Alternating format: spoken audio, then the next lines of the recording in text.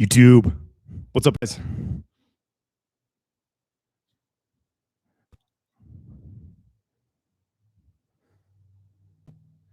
All right. Here we are. Well, first of all, happy new year, everybody. Happy 2026. Hope you guys had a great holiday season. Hope you got some rest. I took 3 weeks off over the holidays. No social media, so much needed rest.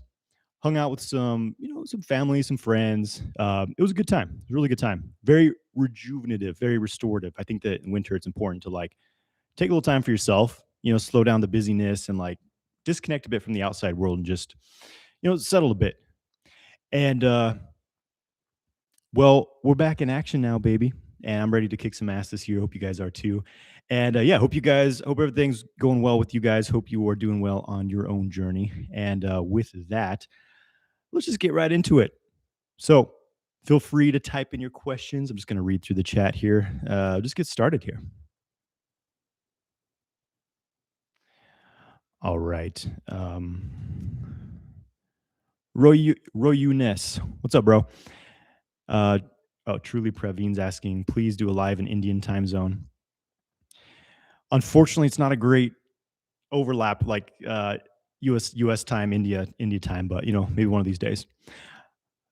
Okay, Roy saying, I've been practicing the exercises from your multi-orgasmic man course, still early and not fully consistent yet, and I often feel calm, grounded, and less reactive, which is good.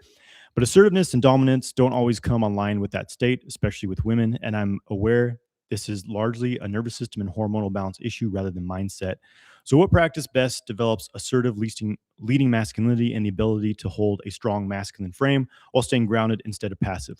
Well, there's definitely like hormonal nervous system aspects to it, absolutely. But there is also just sort of a mental state. And to be more masculine, to be more assertive, it's simply something that you must practice. You know what I mean? It's not like we often want to like, okay, if I just take this pill or like this supplement, if I have just a bit more testosterone, this is just going to come naturally to me. But what I found to be true, well, definitely like correcting hormonal imbalances, nutritional deficiencies can have a dramatic effect on your behavior if you're severely depleted.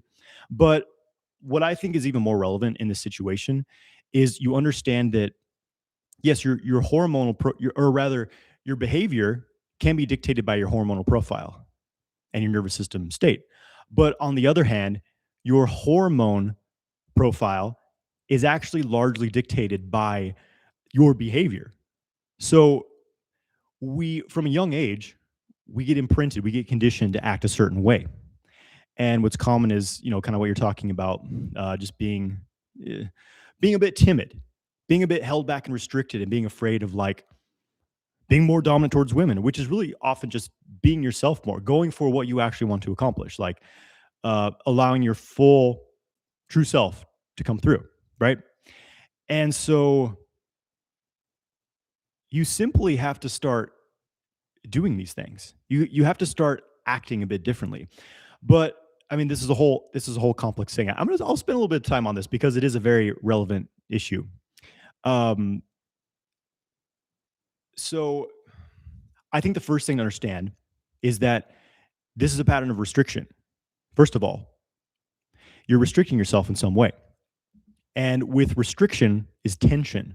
There's mental tension and there's physical tension. Mental tension is it's the sort of anxiety, it's the worry, it's the fear of like, well, if I do this, like, well, what are they going to think? What are the people around me going to think? And so there's this underlying tension. And then the physical tension, these mental patterns, this doubt, this self-doubt, this worry, this uncertainty, it's held in your body in a certain way as well. So notice when you're interacting with people or when you're interacting with a woman, like where are you tense? And the practices you're going through in multi-orgasmic manner are incredible for helping you to do this. You start to develop this body awareness of like, where am I tensing up? Oh, okay. Maybe I just relax, I breathe. Like a simple thing I like to do is when I'm interacting with someone, there's a tendency to like to go outside of myself. Like, what are they thinking? What should I say? That was my kind of conditioned tendency. And what I started retraining myself to do is to start to hold my focus within my body and my breathing. It's like, how am I breathing right now? Am I breathing fully and smoothly? Like, oh, I'm a little restricted. Where am I holding tension? For me, I tend to kind of like manipulate my face, like hold tension in certain ways in my face. So it's like, okay, relax the face, relax the jaw. And where else? Sometimes my shoulders get raised up a little bit. So relax the shoulders, get more grounded, sink the chi. You know what I'm saying? Uh Another common blockage area for me is the solar plexus, the diaphragm.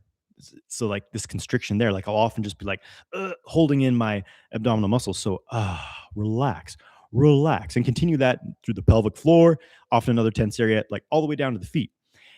So practice this when you're interacting with people, being aware of what's happening within your body and how you're breathing. It's super simple, but the thing is that you'll maybe create a wave of relaxation, and then you're there. But what happens is you tend to go back into the worried, mental people pleasing kind of patterns is what it really is.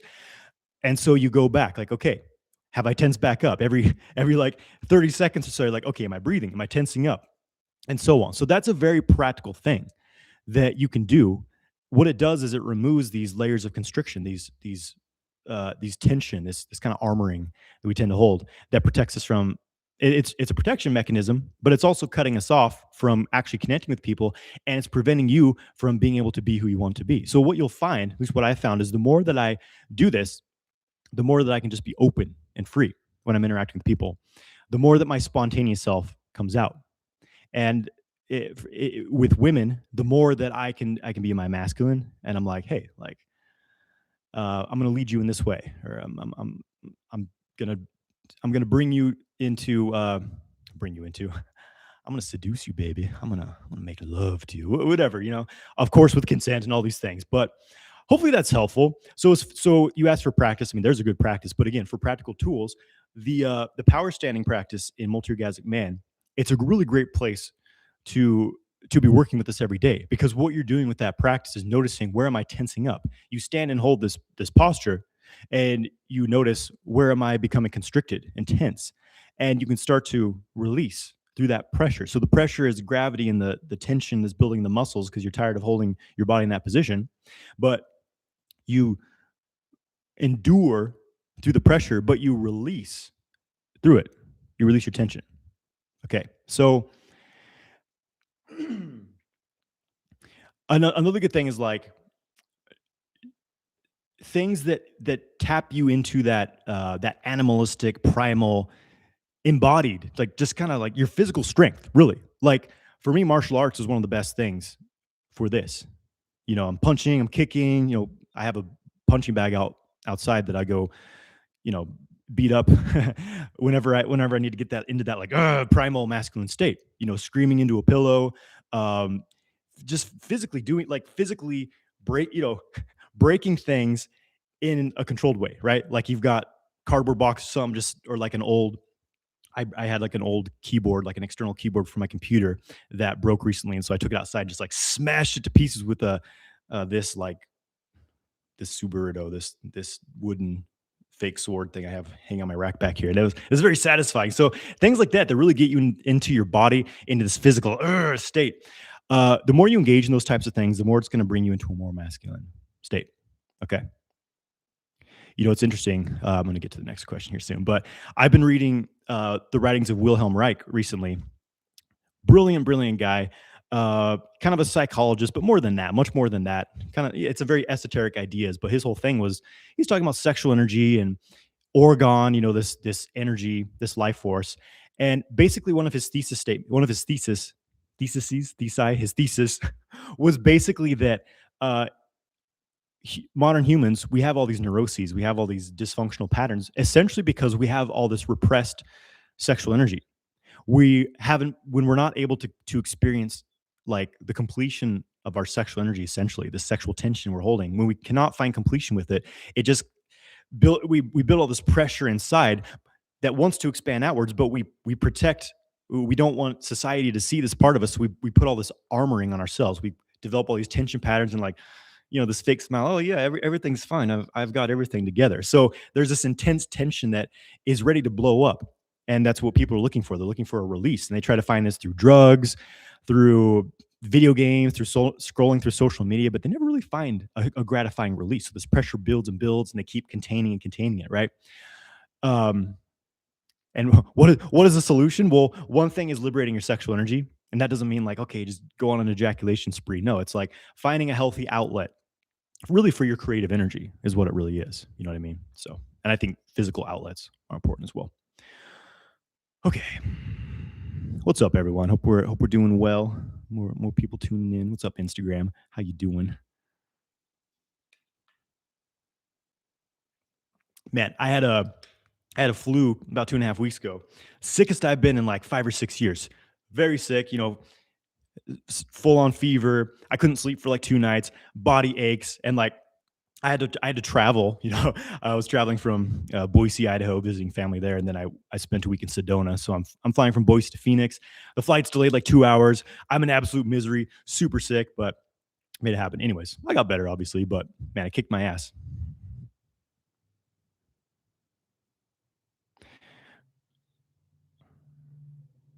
Omer Shahid official. What do you think about Male Definitive Guide? Does it help to rewire your mind? I'm not completely sure what this is. It might be one of these kind of like online communities, like a Reddit sort of thing. I don't know. I don't have experience with it. I teach what I personally use and what I've used to rewire my mind and my body and develop, sexual mastery. So let me ask you, if you're using it, if you're going through it, has it helped you? There's a lot of great tools out there, and there's also a lot of stuff that's like random things put together that's like tips and tricks and things not getting you where you want to go. The whole thing is like, if you're interested in sexual mastery, if you're interested in sexual kung fu, the only thing that's going to get you there is a complete system, like that's retraining your mind and body in a systemic way over time. That's the only way you're going to achieve this, right? It really is like being an athlete. You have to retrain yourself in new patterns and practice uh, regularly. And it's more than just like, okay, you practice masturbating a certain way. It's more than just direct sexual practice. Like, to be honest, 80% of the work, maybe more, maybe 90% of like developing sexual mastery, complete ejaculation control and the ability to have non-ejaculatory orgasms, I would say about 90% of the training for that is done like outside of an actual like sexual context. Like your dick's not really involved, not in a direct way. It's like all this work of rewiring your mind, your body, the nervous system. That's why I heavily stress qigong practices, breath work practices, meditation, and then of course from that we build the sexual practice into it. So we create a very, very strong container. And when you do that, it's actually pretty easy to start shifting around your sexual patterns. It takes time, of course. Okay, and then Omer is also asking, if a new person joins you and has tight pelvic floor, 7 out of 10 on stiffness, where should he start work with? Yeah, and this is going to be pretty much all men, pretty much all men. If you have any sort of like issue controlling ejaculation, it's safe to assume that you have some pelvic floor tension issues. So where do you start? What do you start to work from? Well, one of the best things to do is pelvic floor stretching routines. I have some guided ones. Look up sexual kung fu guided pelvic floor routine. These are very effective if you do them in the right way. Because if you just sit and like do the stretch and like, okay, I'm stretching, like, okay, let's get through it. Now we're done. You'll get some benefit, but the deeper benefit comes from really bringing your mind into it. The mind and the body have this intimate connection. But if the mind's disconnected from the body, there's not going to be as much of a change in the tissues and the nerves. So when you start to interact your mind within your body, in this context, it means like you're really absorbing your mind into the pelvic floor. You're really feeling into it as you're doing these exercises. You hold these positions, basically these kind of stretching, gentle stretching positions, and you breathe fully. Bring your mind into it, and it's like your mind comes into those areas of tension, and it's just like let go, let go. You deeply feel into that area. It's like your mind is a hand holding an ice cube. The tension is the ice cube. Your hand is your mind observing the tension and melting, releasing. So spend 10, 20 minutes. You spend more than that, but 10 to 20 minutes a day of these pelvic floor releasing exercises is going to go a long way for releasing pelvic floor tension. And it's, of course, it's more than just a physical release, because what happens for some people is they do a pelvic floor release, but then they go back into life. And after 30 minutes, they're just as tense as they ever were, because it's a physical thing, but kind of coming back to what I've already been talking about, how the mind and the body are strongly related, and tension in the body is a reflection of tension in the mind, right? So pelvic floor tension strongly has to do with stress patterns. We hold a lot of stress in our pelvic floor. So look at like how can I release stress from my life? How can I work on my mind, being less of a worrier, less of an overthinker, and just being more grounded and relaxed. One thing that really drew me to Taoist philosophy is it's a strong theme of harmony and balance, just being okay with everything, you know? Just like, it's all good. It's all good. I can just let go and like not worry about it. Like, go with the flow, man. So part of this path is working on your mind and getting out of these programmed worry, obsession, overthinking patterns. It's difficult. It's tough, but um, like if you were to spend a week, I don't know, camping or something. You're out in the woods, you're in a cabin, no social media, no work duties, no bullshit, just like you're there and you're peaceful, which would be really hard for a lot of people now because everyone's so overstimulated. Their dopamine's just whacked out of control. Well, desensitized dopamine receptors from using social media all the time. That you kind of go crazy without something to do on an electronic screen. But if you were to again spend a week or two just immersed in nature, no strongly overstimulating things, um, your nervous system would become much more balanced, and you might find a lot of these tension patterns just drop at least for that week when you're away. So yeah, start with the pelvic floor stretching. Um, you can practice relaxing your pelvic floor during sexual stimulation. Like you can start with self stimulation, masturbation, and this is a major part of the sexual kung fu system is retraining your pelvic floor to stay relaxed during sex. That's one of the biggest keys to sexual endurance, baby. All right. And I have many videos on my YouTube channel about the pelvic floor. So just look up sexual kung fu, pelvic floor. You'll find a lot of resources there.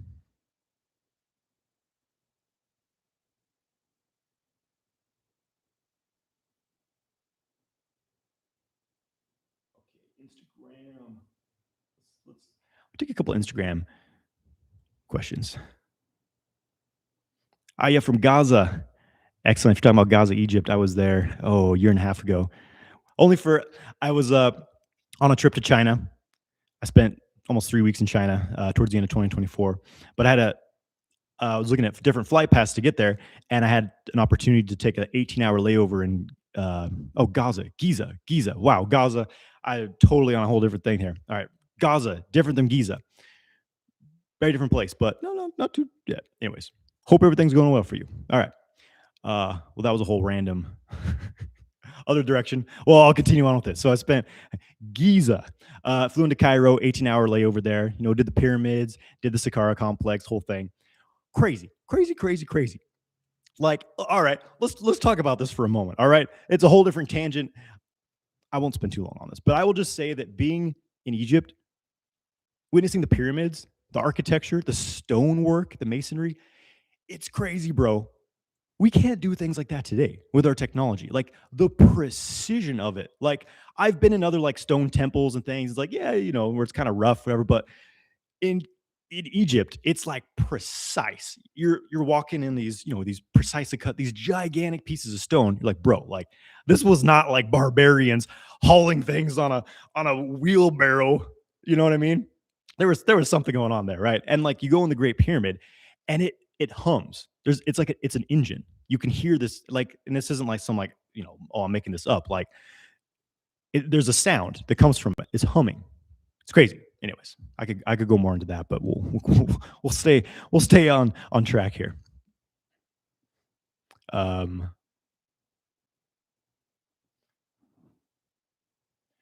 Rebel is saying, "Hey, what's up, man? Do you have any good book recommendations related to sexual energy? I've been reading Multi-Orgasmic. Don't know if you got any more niche suggestions. Appreciate it beforehand."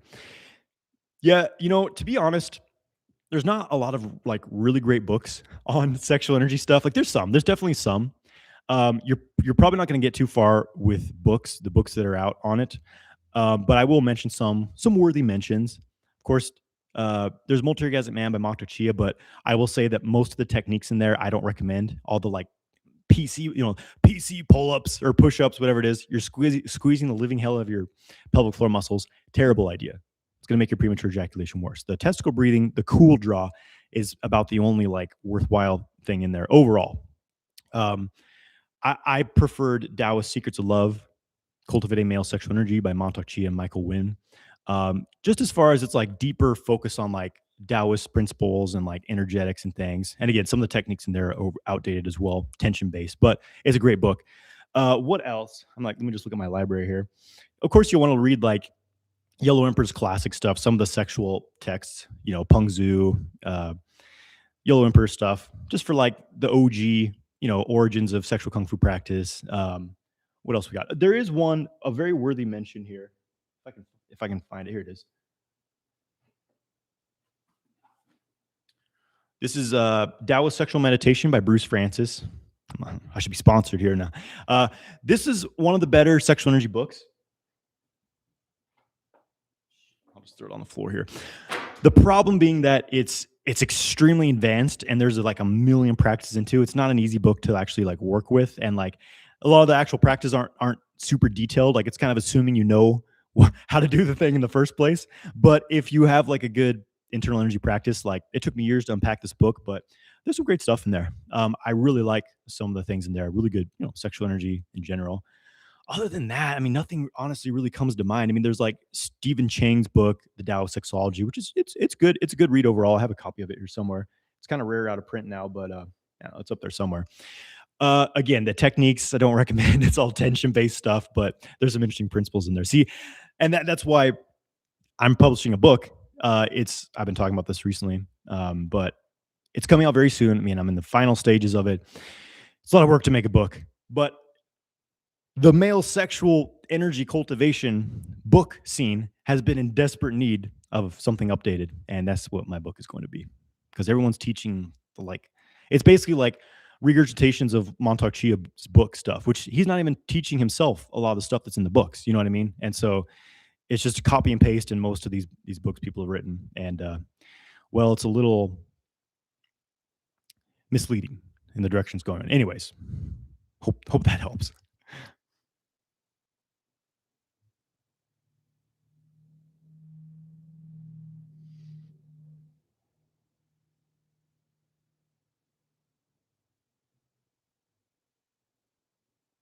Kevo Sama 12. What's up, bro? Longtime follower. Excellent.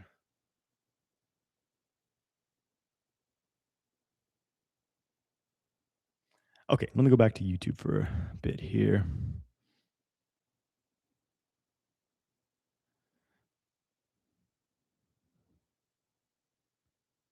Okay, here's some interesting questions, and the kind of relevant to questions on Instagram too. So we got a little theme we're going to be on for a moment here.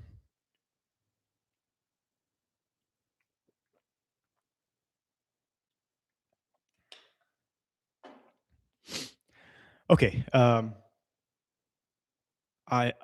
am low. On YouTube is asking, can you please share some thoughts on the pros and cons / differences of how this practice might vary, depending on if you were celibate, single, dating, or married?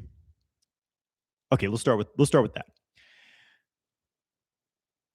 So, yeah, you're celibate, single, you're dating, you're married. Well, basically, it's like celibate and engaging in sexual activity. Maybe I'm like solo pleasure, but maybe that breaks the definition of celibacy. I don't know exactly. Let's look it up. What is the definition of celibacy?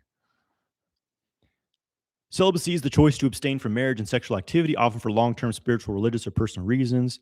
Okay. So yeah, it's like complete abstinence from sexual activity. Hey, that's what they taught me when I was like 15 years old in high school, and we had the only sex ed we got was like this lady comes in. I grew up in a small town in Idaho called Homedale, Idaho. We had a rodeo, but that's about all we had back then. And I remember sex ed. It was this chick comes in, and it was like my neighbor. She knew me. She knew my family. I was like, oh my God, she's teaching sex. It was, it was a little embarrassing. Anyways, and basically the whole thing was just don't have sex. That's it until you get married. All right. That's your sexual education. Don't do it. Don't think about doing it. Uh, did that work for me? No, it didn't work. It didn't work for most people based on the teen pregnancy rate we had. You know what I'm saying? Anyways, so celibacy. Okay. let's start there. If you were actually celibate, which is like long term, okay, I'm abstaining, I'm revoking my status of any sexual pleasure. And, that's not a path I recommend. That's not a path I have any interest in. And I think that the only reason a person should become celibate is if it like naturally, spontaneously arises in your practice. Like you legitimately um, reach a state where you're like, oh, my like internal energy, my inner feminine masculine is so balanced, and like I'm in this like internal sexual process, which they talk about in Nadon, the Taoist internal alchemy practices. Like my energy is so balanced.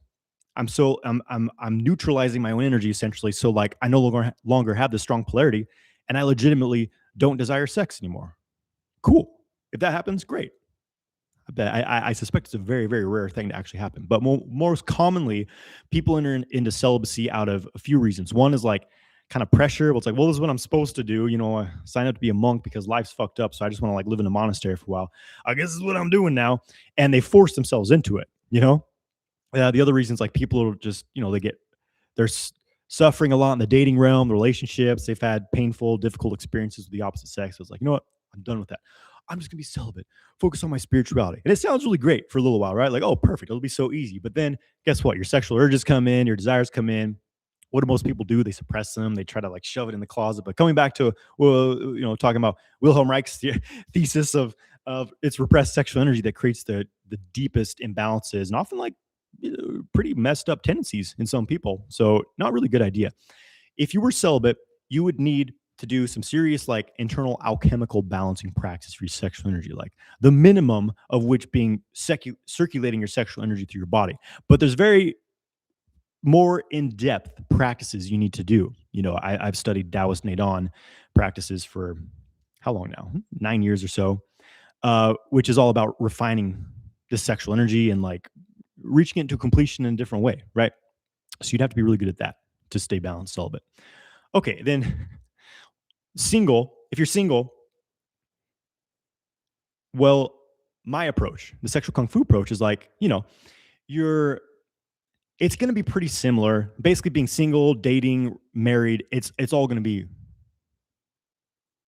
the same, essentially. The only variation being you're either having sex with yourself or you're having sex with someone else. And then dating or marriage is going to vary a bit because it's like, are you with like a new partner? Are you having like one night stands? There's only so much depth you're going to be able to get into in your relationship with someone when you've had, it's like the first time you've met them. I'm not saying there's right or wrong, but there's just not going to be much depth there versus you're in a long-term relationship, or you could say marriage. And if you're practicing together, even if you're not practicing together, you're going to get into potentially profound levels of intimacy. Potentially, or things dry up and you get really distant and you're in the like sexless marriage, which is not a place you want to be. You know what I'm saying? So, but overall, obviously, when it comes to sexual kung fu, it's all about managing.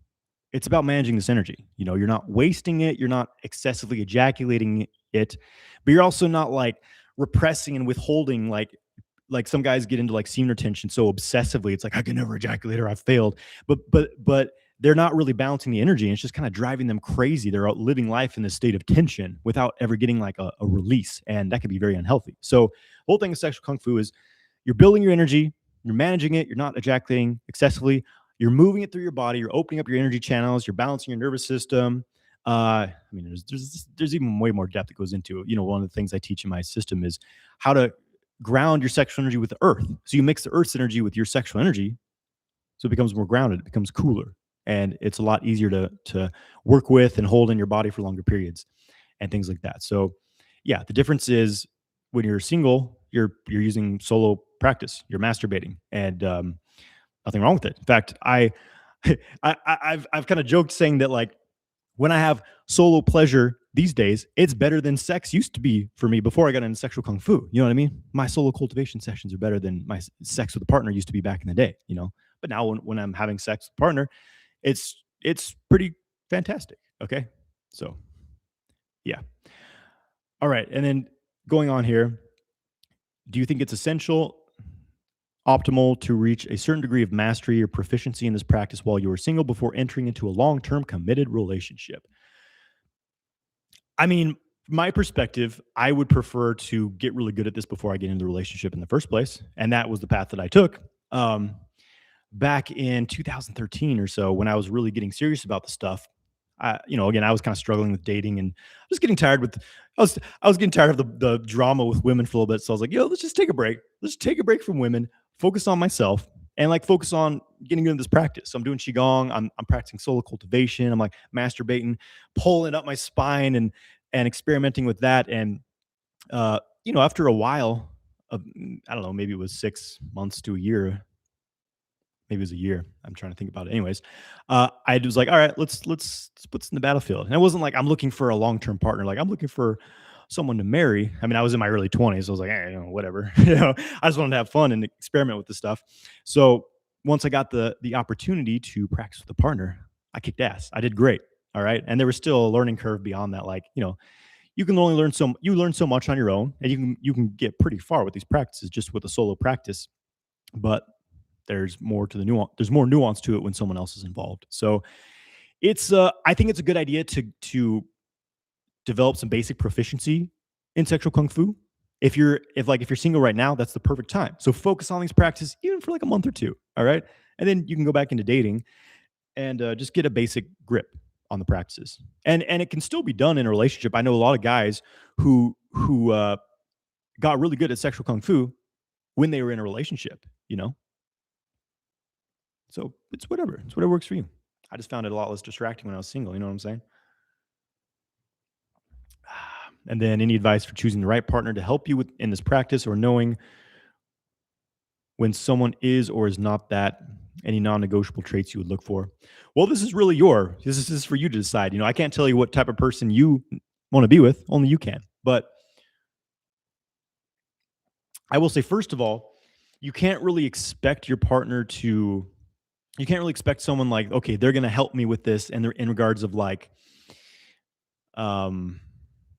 understand that like a lot of this is your responsibility to get good at this, to develop ejaculation control. Like, a lot of women probably won't love the idea of like, they're kind of a training tool, or like you're constantly like, hey, like, I need you to help me develop my ejaculation control because I'm no good at it. You know what I mean? There could be this kind of insecurity they feel. So, really, really owning it on your own is important. And of course, you're going to have ups and downs. Like I've had ups and downs in my relationships where it's like, hey, like I'm not at my best today. All right. Like maybe let's hold off the doggy style position today. All right. You know what I'm saying? I've had that myself, but it's probably helpful.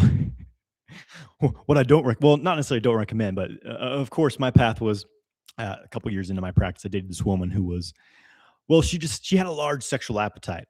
We'll just say that. All right. Which was fine with me. It was fun. We had a lot of fun, but this chick wanted my semen. Okay. She really wanted my semen.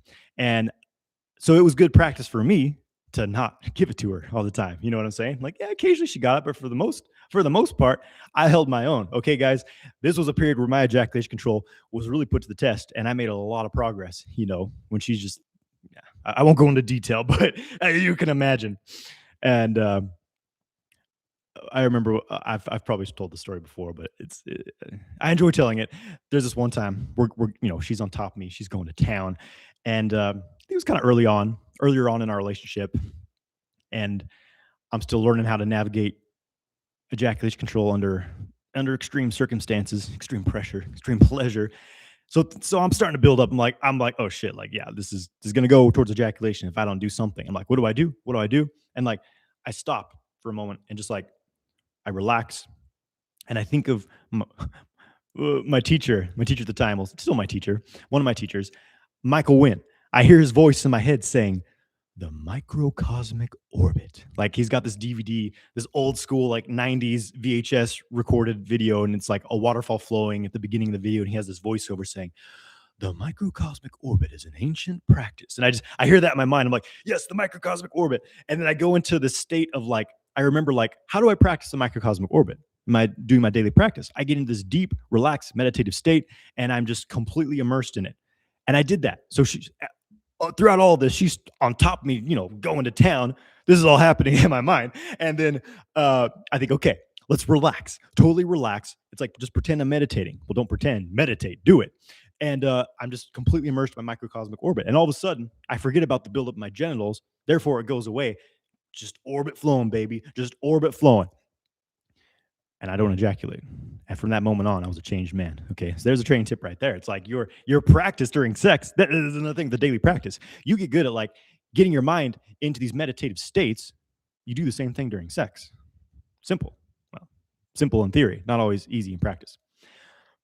Okay, so getting back to the question, I'm meandering a lot today, but it's all right. We're having fun. We're having fun. Hope you guys are enjoying it.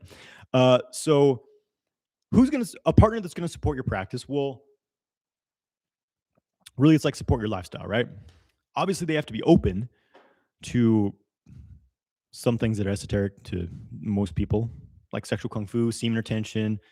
Not ejaculating at the end of sex. It's gonna be weird for some people. The women, every woman I dated since doing this practice, none of them had an issue with it. Like they were kind of like, okay, that's interesting, but whatever. I mean, and also they didn't have a problem with it. I think because the fact that I had pretty good ejaculation control. They're like, this dude doesn't stop, and like he doesn't ejaculate, so there's no recovery period. Like, all right, they got into it pretty quickly. I would say that. But yeah, just it's up to you. Like, who do you want to be with? Obviously, it's good to like have some traits, have some non-negotiables. You have to create this yourself. Like for me personally, well, I would want a partner who's honest, who's loyal, does not drink alcohol. That's an important value to me because I think alcohol is absolute poison and it turns a lot of people into real assholes. Not everyone, but some people, right? So I'm like, I don't want someone who does drugs, drinks alcohol, smokes weed every day. Not interested in that. Just what are your values? Basically, you have to choose and then stick to it. This is the other thing is like you have to stick to it. If you're in a relationship with someone, this kind of the dating period is filtering out. Is this person actually a long-term fit for me? Instead of being like, well, I'm just going to marry the first person I'm with. I'll do anything for them. And so if they start to overstep your boundaries, you're like, hey, like this is not okay. All right. And if they continue to do it, you're like, okay, you're out of here. It's an important thing to do as a man, I would say. All right, there you go.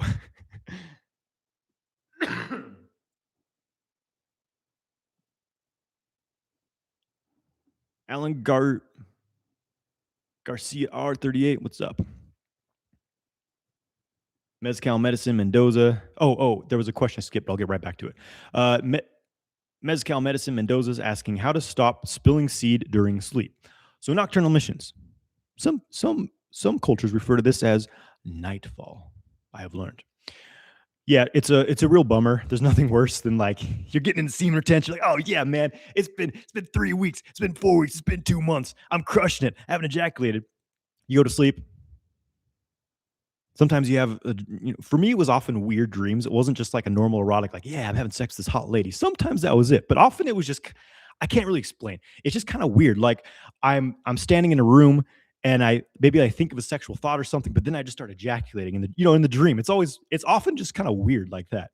Anyways, and then you wake up and you're spasming, and it's coming out, or you just wake up stuck to the sheets, and that happens too. It sucks. It's a real bummer. So what do you do about it is the question, right?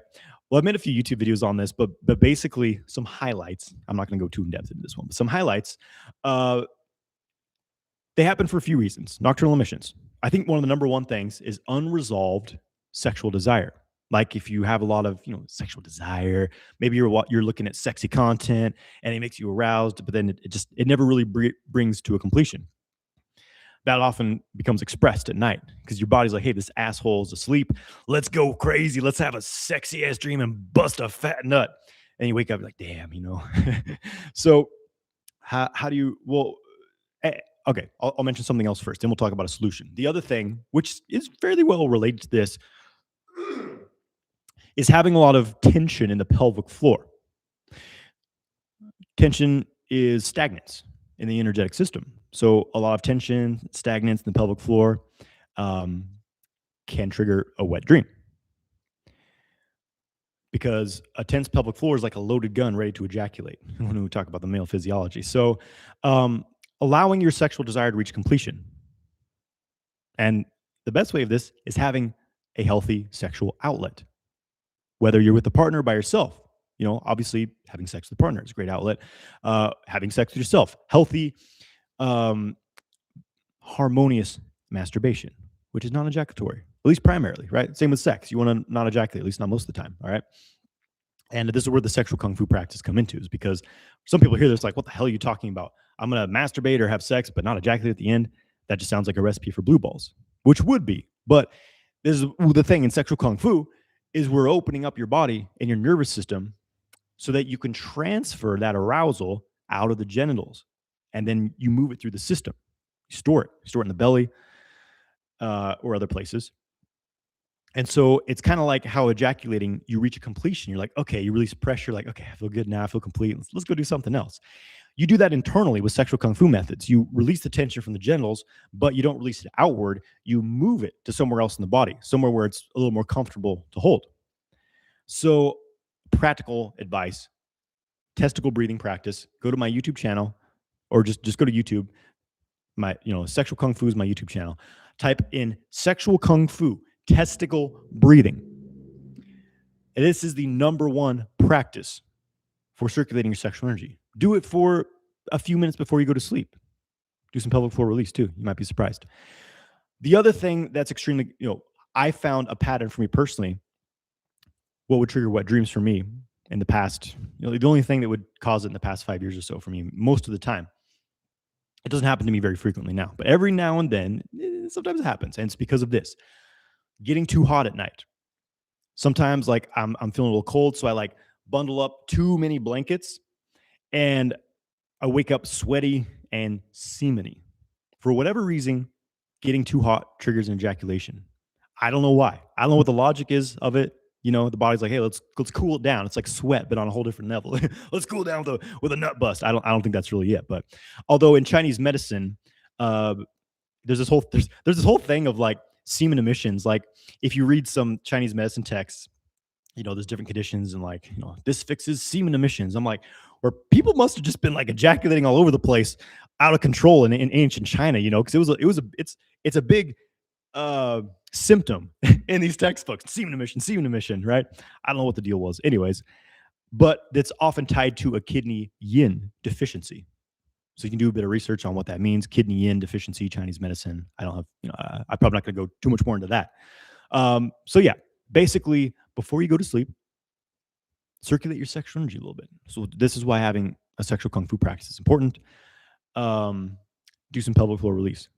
There's various ways of doing that. All right. You should be all right. But also, it's a fact that, see, I don't have the belief that like you should try to go as long as you can without ejaculating. I don't think that's healthy for most people. I think that, in fact, I know that every man is going to ejaculate again at some point. Like even the guys who are trying to go for years and years, they still have like nocturnal emissions or something. In some way, it's released. And a lot of people are very dishonest about it because it's like this ego thing of, oh, no, I went 1,000 days to ejaculate. I'm so cool, bro. And it's like, who fucking cares? You know what I mean? Like, to me, it's just about balance. All right. So understand, if it's been like, no matter what you do, after 4 weeks, 6 weeks, whatever, you have a nocturnal emission, and then like that's happening over and over and over again, then maybe that's how often your body needs to ejaculate. Could be. All right. But if it's like you're having multiple nocturnal emissions a week, then yeah, that's something's up. You need to correct that.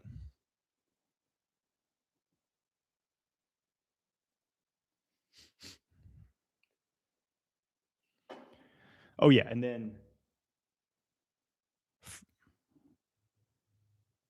Ferb Works saying, so I'm 6 months out of a 4-year relationship. Haven't been masturbating and haven't been dating or intimate with anyone, so I'm wondering how to approach not having a regular sexual partner. Well, okay, you're 6 months out. It sounds like you were in a 4-year relationship and you broke up and you're 6 months out of that, which is great. It's time to move on, right? Enjoy your life. But I mean, it's up to you. Like, what do you want to do, really? The whole thing with sexual kung fu is that initially it's a self-cultivation practice, meaning that you're building up your energy, you're balancing your mind, your body, your spirit. All right, you're charging yourself up, and sexually, you're training yourself to experience greater levels of pleasure, ejaculation control, not having attention response to sexual stimulation, non-ejaculatory orgasms. You're also using your sexual energy, moving it through your body to like intensify the processes of the body. Sexual energy is very rejuvenating. Okay. So in that context,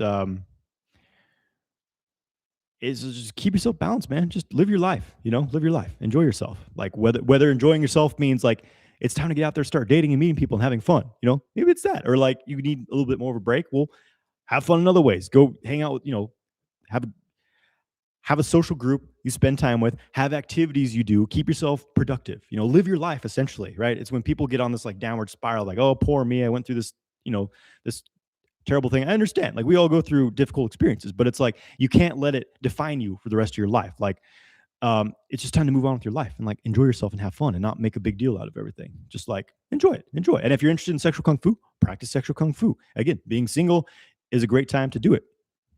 Essentially.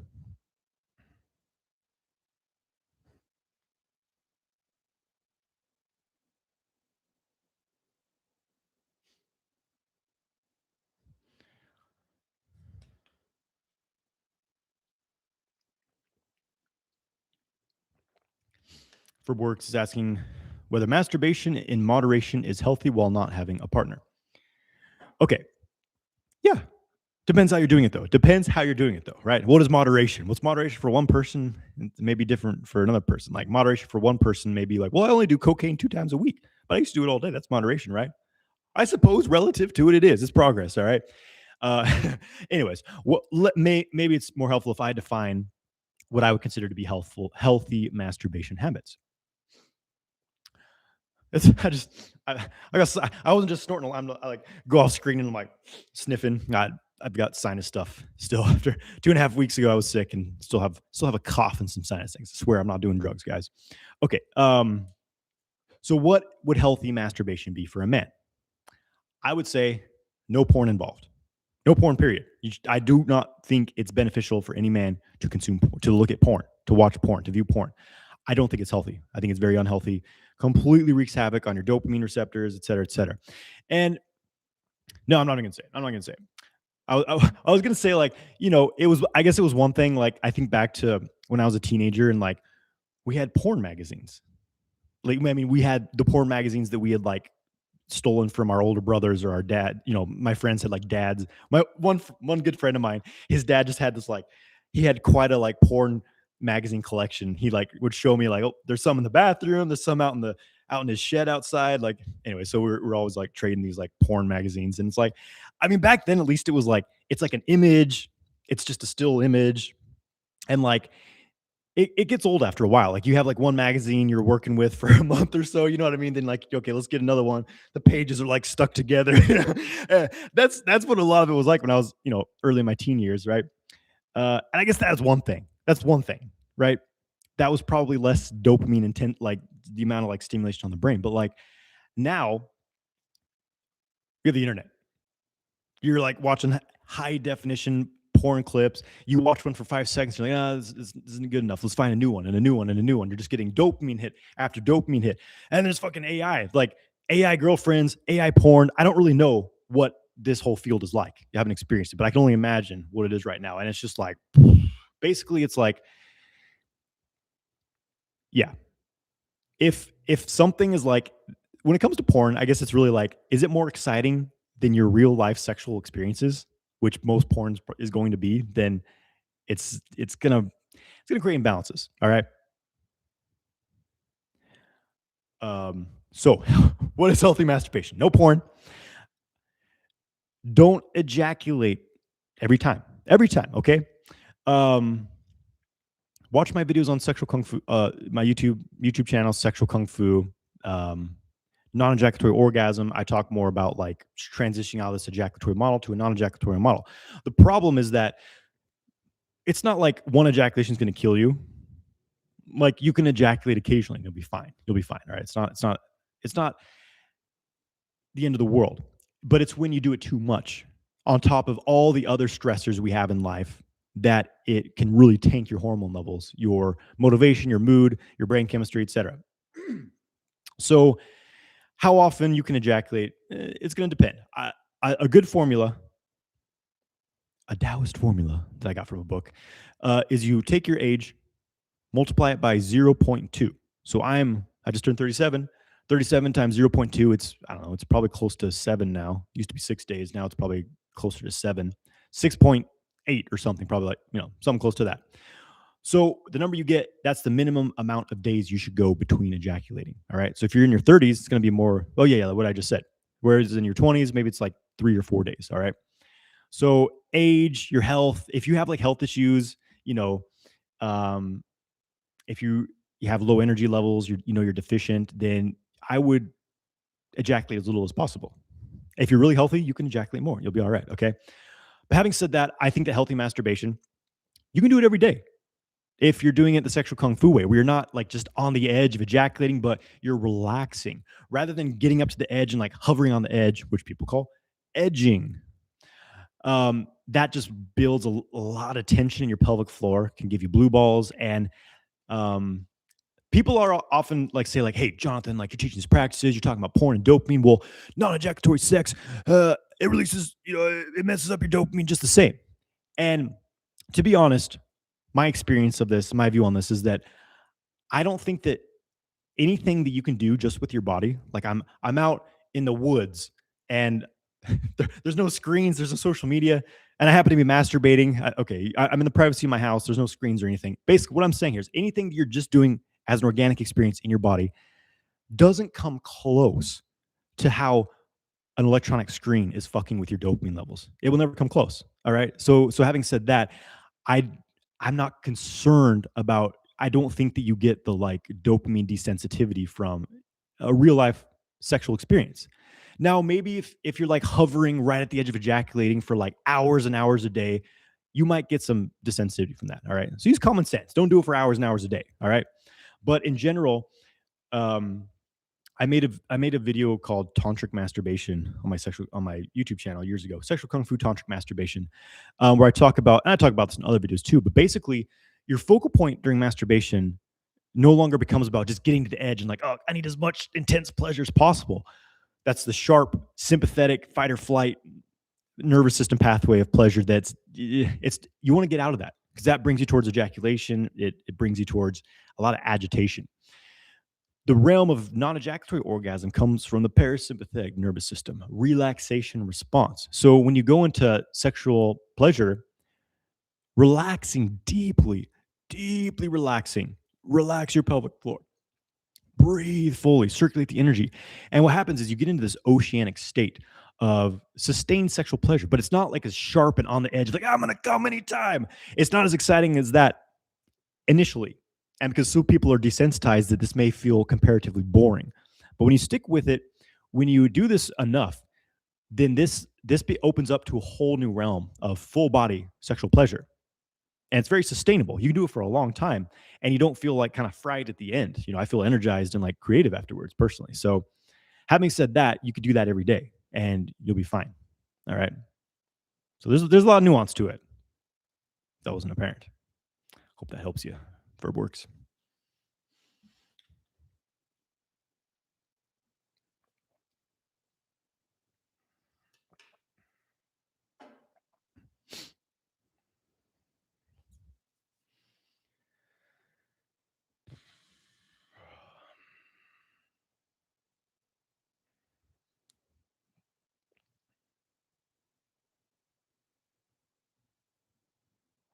Okay, back to YouTube. 9mm Y90 is asking, does sugar and coffee affect manifestation powers on semen retention? No, I don't think so. But they're going to change, they'll change your concentration ability, right? And I would say overall, manifestation is a funny thing, all right? Talking about manifestation, and I've talked about it a lot, all right?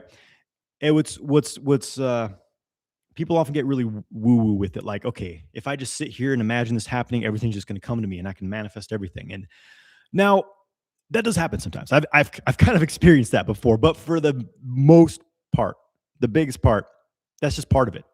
The manifestation practice where I sit and I feel that I've already accomplished the thing. I put as much realism and emotionality into it. That's part of it. That's the yin part, right? It's like creating a pathway in the matrix towards the thing. To create something, first you have the idea of it, right? Everything that was ever created was an idea in someone's mind. And when you when you think about it, when you visualize it, when you feel it happening, it's creating communications. It's creating this like morphogenic field type of thing. Um, but you also have to take action. All right. It's like if you're sitting on your ass, just I'm doing a manifestation practice. I'm imagining things. I see myself rich and successful, and I'm banging hot women, whatever. I don't know, whatever you want, or like I, I'm in a beautiful sacred tantric relationship. I always go to like superficial things, don't I? Anyways, so you're sitting on your ass visualizing it, but nothing's actually happening. Your life hasn't changed. Well, it's probably time you actually take some action and like make things happen in the real world. That's the yang part, is like going out into the world, moving things around so that things actually happen. You have to create it yourself too. So it's a mix of the both. It's a mix of both of those things. And what I've found is when I'm focusing on the thing, because I do this every single day, every morning, I end my hour and a half or so, sometimes 2 hours practice, qigong, meditation, tai chi, all the things I'm doing. At the end of that, I sit and I focus on what I want to create in my life. There's usually like it's about 4 or 5 things, or like one really main thing, and I just see myself living that life, accomplishing the things. And I've been doing this for wow, what year is this? 2026. I've been doing this for like over 10 years now. The things I was imagining 10 years ago, all of them happened. All of them I was able to create. But I was also taking action towards them. So it's like, this is a mix of both of the things, all right? So now that we have an understanding of that, if you drink some coffee and you eat some sugar, or you don't, is it going to have a dramatic effect on that whole process? Probably not. For me personally, though, I'm very sensitive to caffeine. I can't drink coffee. It just messes me up, gets me way too much adrenaline and cortisol pumping, and I'm not good for me. So, yeah, I would say it's pretty. All the things that can affect your ability to create things in life, sugar and coffee, they'll have an effect, but it's not too significant, I would say. Will it have other effects on your life, like your health and things? I mean, like too much coffee. If you're severely deficient and you're running on coffee, it's just burning yourself up, right? Same, sugar can be too much sugar can be harmful as well. Anyways, we'll move on from that one. Ahmed saying, I'm doing your big draw. It's great. Are you doing like the actual big draw? I think the only video I have on it was one I made like in 2017, 9 years ago, like the beginning of my YouTube channel, where you like flex everything and pull it up. I think I still have that video, just for historical purposes. I don't use that version of it anymore, but if you're actually doing that practice, that's cool. That's great. If you're benefiting from it, great. I used it for a long time, but I kind of refined it. I recommend using the power lock technique. I made another video on this recently.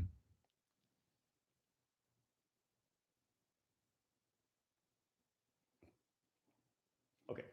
Ed Black is asking, how do you know you are actually practicing ejaculation right? Which, by the way, is a term I've never used, ejaculation. We'll get more into this. All right. Sometimes, most of the times when I get here and ejaculate, I'm able to go again, still have the hard on. Other times I get soft and maybe there's a small drop of semen that comes out. Okay. So it sounds to me like you're practicing a technique where you actually hit the point of ejaculation, and then you're probably either squeezing the pelvic floor, or maybe you're using like the $1 million point where you press fingers up into the body. So you're going into an actual peak orgasm, an ejaculatory orgasm, and physically forcing the semen to not move out of the body. What usually happens when you do this is the semen instead goes into the bladder. And in the moment, you're like, oh, nothing come out. I'm good to go. But your erection goes away, you get soft, and then you urinate later, and it's really cloudy because there's semen in it, because you ejaculated. You came in your bladder, son.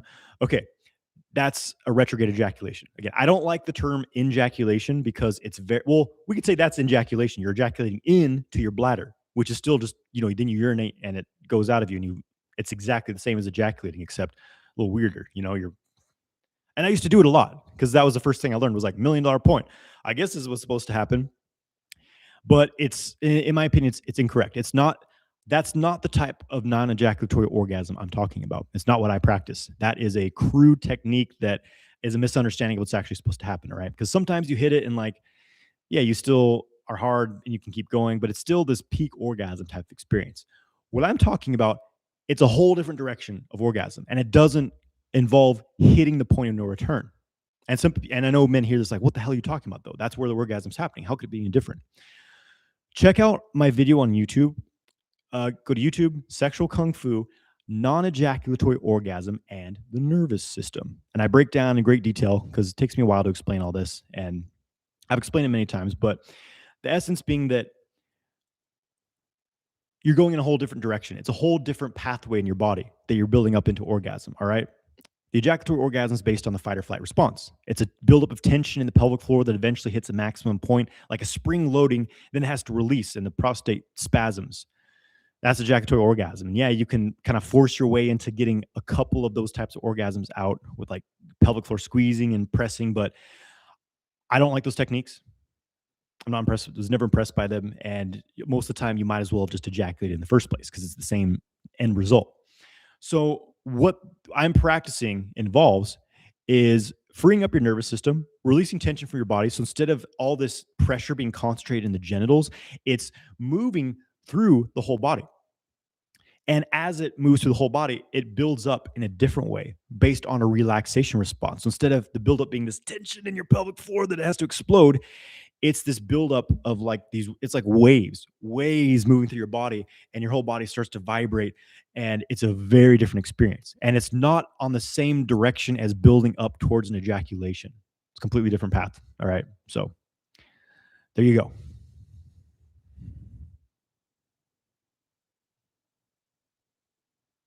Damon Waves, relax his pelvic floor right now. I love it. Excellent, bro. Excellent.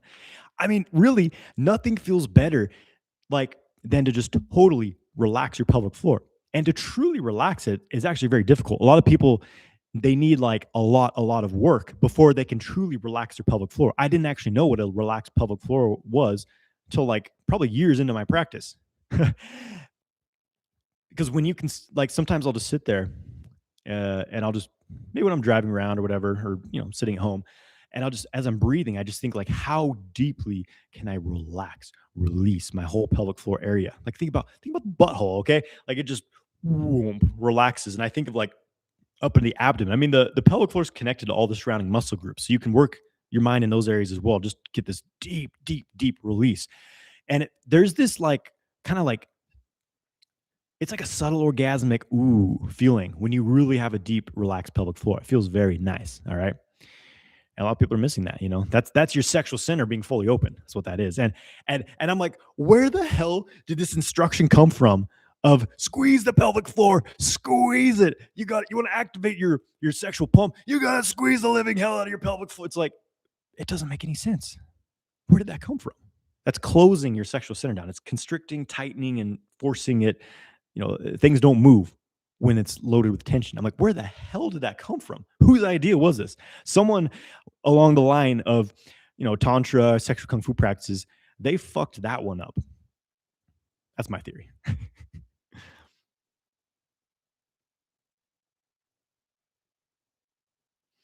WZ6694 says, like 75%. Am I doing something wrong? I'm guessing YouTube didn't post one of your other important context questions there. Sometimes sexual words or some words in general trigger like a filter on YouTube and it won't post your comment. So if I skip your comment, it's because I don't see it. So you might have to use coded language or whatever, unfortunately, for your YouTube questions. Sorry about that.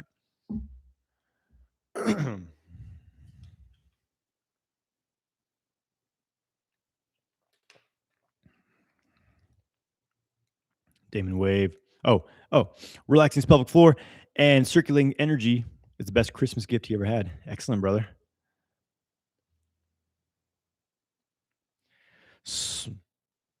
Slow in 55 says, I've been practicing semen retention since the age of 17. I'm 30 now, but after implementing everything I learned from you, I took my life to the next level. That's awesome, bro. Glad to hear that. Man, I can only imagine if I'd started at 17.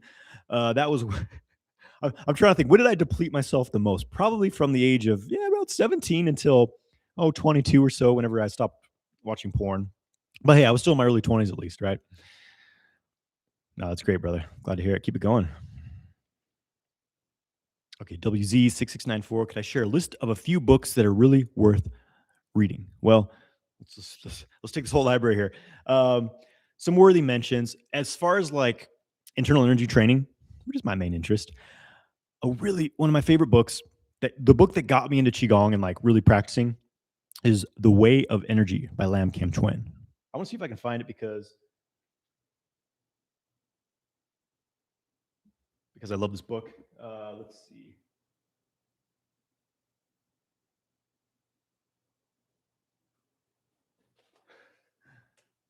There it is. Ah, this is the book that started it all for me. The Way of Energy, Lam Kim Twin. I love it. There's like these poetic, poems about standing practice, Lao Tzu quotes. It's really simple.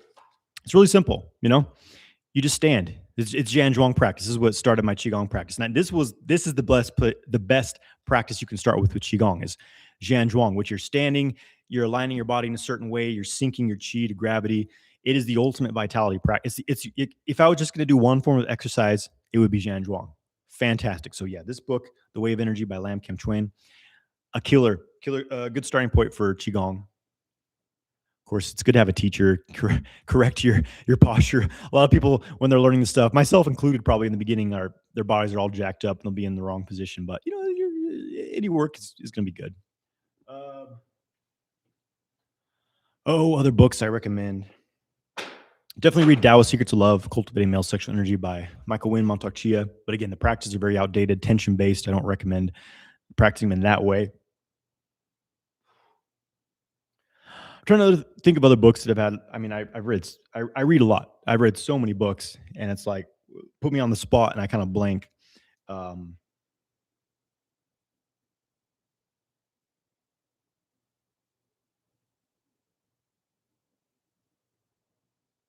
Yeah.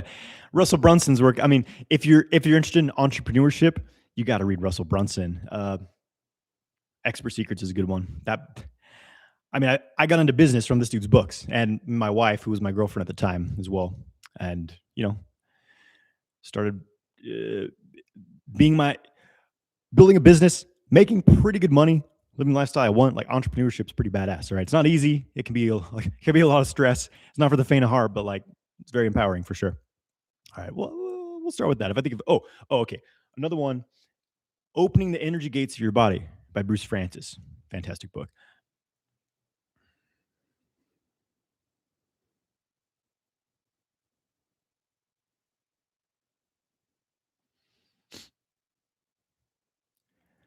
Okay, AKM T9B. Hey mate, can you answer? I recently started deep breathing with reverse Kegel. Once I felt very strong energy hit in my head and left me spinning for a few seconds. Yeah, when you're doing intense breathing, like when you're not used to it, you start doing like deep breathing, you can get very lightheaded. It's a common thing. All right, so it's just something that happens sometimes. So there's that. Like especially if you're in like really sympathetic state and you start doing like, especially like the downward pressuring breathing that I'm teaching, it can give you these like waves of like, whoa, I feel dizzy and kind of spacey for a little bit. So it's pretty normal. It happens. I don't know exactly why. I can make some shit up, but I don't really know. I have theories, but it doesn't matter because we don't know. But it happens. All right. That's what matters. So there's that. It can also be, I don't know if this is necessarily it. If you're doing reverse Kegeling type of practice, if you're doing it too hard, it puts a lot of pressure in your head. So that means you're using too much pressure if that's like constantly happening. So there's that. Tornillo GT says, thank God I found this channel. Hey, I'm glad you did, brother. Glad you're getting benefit from it. Okay. Alan Garcia 98 says, I know you're not a doctor, but do you think Tongkat Ali is good for anorgasmia? I don't know if it's for man or woman, but in general, yes, it could definitely help. Tongkat is a powerful yang tonic, libido stimulator. It boosts free testosterone. I think it's like a natural aromatase inhibitor as well, which means it's going to prevent the metabolization of the metabolization of testosterone into estrogen. It increases dopamine, which anorgasmia, if we want to talk on like a kind of chemical level, often it happens because someone has too high serotonin and too low of dopamine. These are kind of countering neurotransmitters. They're really hormones in my perspective because it's funny, this term neurotransmitter, like serotonin and dopamine. Most serotonin is created in your intestines. A lot of dopamine is created in the rest of the body as well. So like they're not brain specific chemicals. All these like neurotransmitters are not brain specific. It's just Western science is so focused on the brain, but it's really like this whole body process. It's super interesting. Anyways, yeah, Tomcat could definitely help for that. So what I was saying was that, yeah, anorgasmia, increasing your dopamine level and lowering your serotonin is going to help with that. And another thing that's really helpful for that is spending less time on a screen. I think that social media and screen time is the biggest boner killer. Like, yeah, it's just very obvious to me.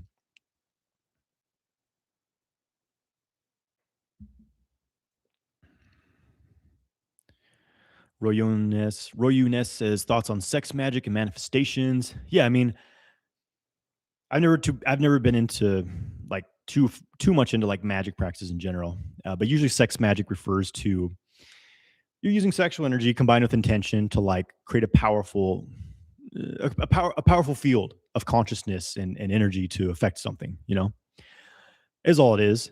And so having said that, I think there's something to it. And often I finish any sort of sexual cultivation practice with an intention, with a manifestation practice where I just like, okay, I've stimulated all this incredible creative energy, especially like with my partner. We've had incredible sex. We're just fucking glowing with orgasmic energy. Well, what do I want to do with it now? What does sexual energy do? It births. I'm I made a baby with my sexual energy. My wife and I are having a child here in about 2 months. So I decided to do that, 7 months ago, whatever. But most of the time, we're not having sex to have a baby. So it's like, what else are you going to create with that? You can create anything you want. Most people just don't have much imagination, So yeah, I end the session. For me, I like to do it at the end. Some people are like during the climax, you visualize what you want. Like you can do that too, but for me, it seems most like balanced and harmonious at the end. The whole thing's, there's the stimulation of energy, then there's the passive phase where we're kind of exchanging, building, harmonizing, and then I put that very refined, harmonized energy I've cultivated, and I just sit in that and direct it towards a specific intention. So that's how I've worked with it personally.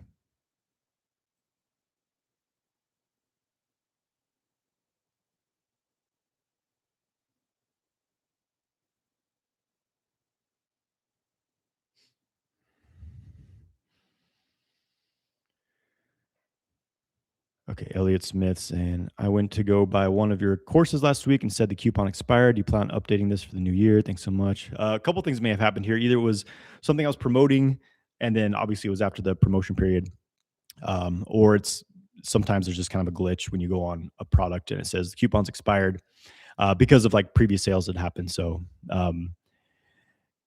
yeah, every now and then I offer, I offer some coupons on some of my programs. Usually it's like the smaller ones that you can join anytime, which are on my jonathanwhitelifestyle.com website. So if you're on my email list, you'll know when there's a special running. So you get on my email list by signing up for my free ejaculation control course. There's a link in my my Instagram bio. There's a link in every YouTube video I've made. So if you enter in your email, you get a free ejaculation control ebook, and then you'll be on my email list for updates and things like that. Okay, and then Ferbworks is kind of following up because a month strong of not ejaculating has left me feeling a certain way. Thanks, bro. Yeah, and here's the whole thing: like retention practice, in the long run, it's not something to force. Okay, like initially, your first beginning, you're transitioning from ejaculating all the time, ejaculating recklessly, ejaculating your life away, to like going periods of time without actually not ejaculating. And you may be looking for excuses to ejaculate in that period. So it's like that in that context, it's good to like, come on, bro, keep going. Don't just, yeah, it's better to go longer when you really need to rebuild energy. But there hits a certain point where it is a pressure, right? It's sexual pressure. And if you're not doing a lot of like qigong practices and nervous system balancing to release that pressure internally, it just kind of cooks you. It makes you really, it can actually be very imbalancing. Semen retention can cause issues. It can cause negative issues. It's not perfect. Okay. That's why it's just one thing that you do. It's one part of the sexual kung fu system. It's not the whole picture. And it's important that you balance it with other practices. If you're not, then you can do yourself more harm than good, essentially. So, in that context, the general rule of thumb with with semen retention is you should feel good. You should feel better, right? And if you feel good, if you feel balanced, you can keep going. But if something's starting to really feel off, like you're feeling worse than you did before you began, now there can't just be like an adjustment period. Like if you're brand new and that's happening, keep going, keep going. But when you're in the long game and you know your body, you know your different like levels, and you're just feeling terrible, like you can experiment with like, does an ejaculation actually balance you? Because once after about maybe 4 years or so of my own practice, when I got because the first 4 years was like, I have to go as long as I possibly can. I want to go the rest of my life without ejaculating. But it never happened because eventually I would have a nocturnal emission. No matter what the hell I did, it always happened. And there came a point where I remember one time was like, you know what, fuck it. I know that if I go longer than this amount of time, I'm going to have a nocturnal emission. So I'm having sex with my woman. I'm just going to allow myself to do it and like not force it, not go right into it, but like have a long, nice sexual session, really draw the energy, harvest it, have the intention of like pulling as much gene out of this semen as I can, and then just relax into the ejaculation, enjoy it. And I did that. And afterwards, I was like, wow, I feel really great.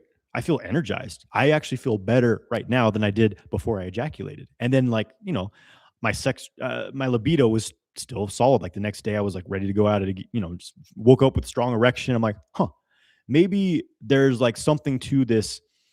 Like there's a certain cycle. Maybe my body actually wants to go like this amount of time and then have an ejaculation and then retain for this amount of time. And so I got out of, we often humans get into things completely out of like, well, I heard this thing and it's supposed to be the thing to do. So I'm going to do it because I believe it to be true. We do everything from our minds, like this mental belief system, without paying attention to what our bodies are actually telling us. The body is very wise.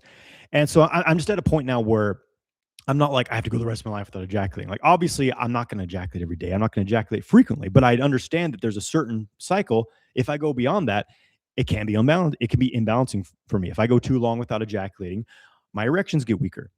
I get this like intense tension in my pelvic floor that I cannot get rid of. Sometimes often my sleep sucks. I get insomnia. I'm really irritable. Like no matter how much like internal alchemy refining I do, and I've just come to terms like this is my ideal cycle, and I think that's how it is. I think that is that's the model that I work with. And it's funny, as I read the Taoist classical text, I can't find any classical text in the Taoist lineage saying that the goal of retention, like to be successful with semen retention, you have to go as long as you possibly can. If you ejaculate once, you're fucked. No, most of the texts say that going too long without ejaculating is as harmful as ejaculating too often. So it's like, I just have a lot more like reasonableness, and like, okay, like it's not like this.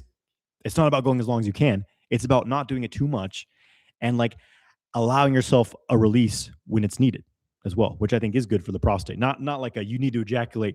Was it like every 3 days to have a healthy prostate? I think that's bullshit. But I do think that an occasional ejaculation is great for releasing stagnance from the prostate in that region. So don't be over obsessive about it, but don't overindulge. All right. We have to get into balance with it, which is really difficult to do because people are so extreme and obsessive, and we're either way out over here or way out over in like complete overindulgence or complete repression and denial. People tend to alternate between those two states. So it's like, just fucking relax, be healthy, do things in balance. All right. It's not easy to do, but yeah. Drip King 862 is asking, do you recommend the Careza method? Okay, first question.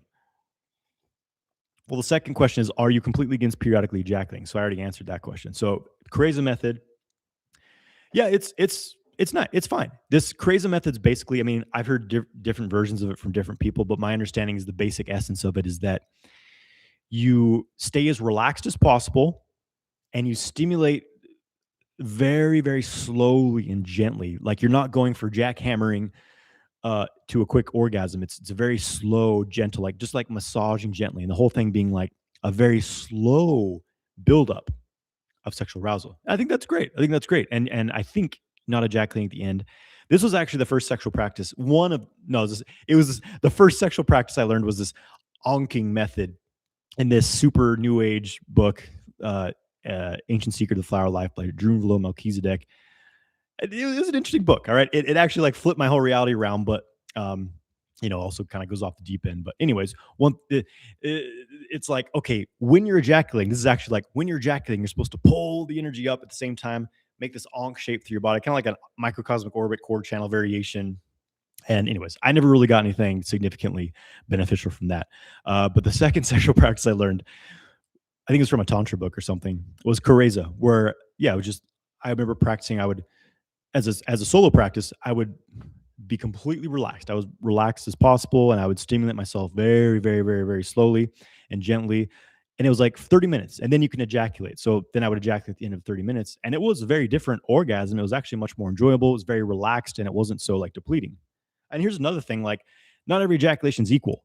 Like, if you just rub one out really quick, if you pull up a porn video, like, oh yeah, and you rub one out really quick, that's going to deplete you 100 times more than if you are just in your body, very, very relaxed.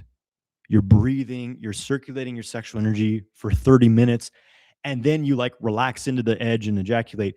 It's going to be significantly less depleting. So there's so many nuances to stuff. It's really easy just to like oversimplify and say, oh, this is right and that's wrong and that's how it is. Like, yeah. When people are just so very like over obvious with things like this is right and this is wrong, like it's kind of a mark that you don't really know what you're talking about. You know what I mean? Because there's so much nuance to all this stuff. Anyways, yeah, Kareza is good. And I guess in the regard of like the thing with Kareza is it could just get boring because it's like, okay, we're slowly stimulating for 30 minutes. But the great thing about that is it does retrain you out of because what we're usually used to is overstimulation. Like, okay, I'm horny. I gotta fucking get look, let me put it in there. Just fucking okay, we're done. Like there's a lot of tension, there's an overexcitation, and it's a very fleeting experience that drains you. Versus really taking your time, slow presence, awareness. That's fantastic. And really, those are principles I use. The way that I have sex, engage in sexual pleasure now is, it's about well, it's always a little different. Sometimes I want them a little more animalistic. Let's fucking get her done, baby. Yeah. But not just to like, not blowing the load at the end. You know what I'm saying? Anyways, most of my sexual experiences they're long. Like my wife and I joke a lot. Like a quickie for us is 20 minutes. That's like usually like the shortest amount of time that we would have sex because I'm just getting warmed up after 10, 15 minutes. Um, so during sex, I stay as relaxed as I can. And I'm not going for the edge. I'm not trying to like, oh, just hover on, yeah, maximum stimulation. Oh, yeah. Like, no, my goal is to hover in the like 50, 60% range where I'm just, I'm aroused, but it's not like I'm close to ejaculating, just like hover in that state because that's where the full body orgasm path gets into. Yeah. So you could say in some ways my sex and sexual practice it's a variation of a lot of the principles of Kareza. So, yeah.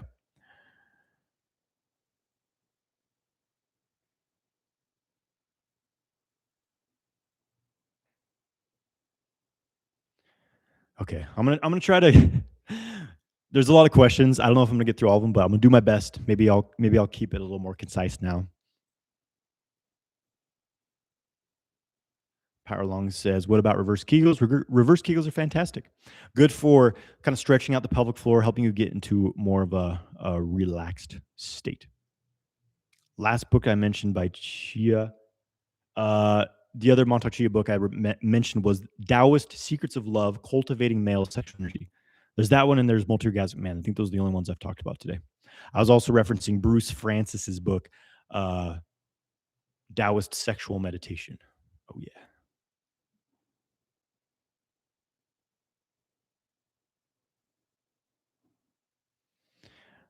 Hard to know whether for work, it's hard to know whether sex should be saved for deep spiritual bonds, but being patient for that while not having that regular outlet can can be long periods going without the release. Yeah, yeah, yeah. So it's like it's really like what do you want? You know what I mean? Like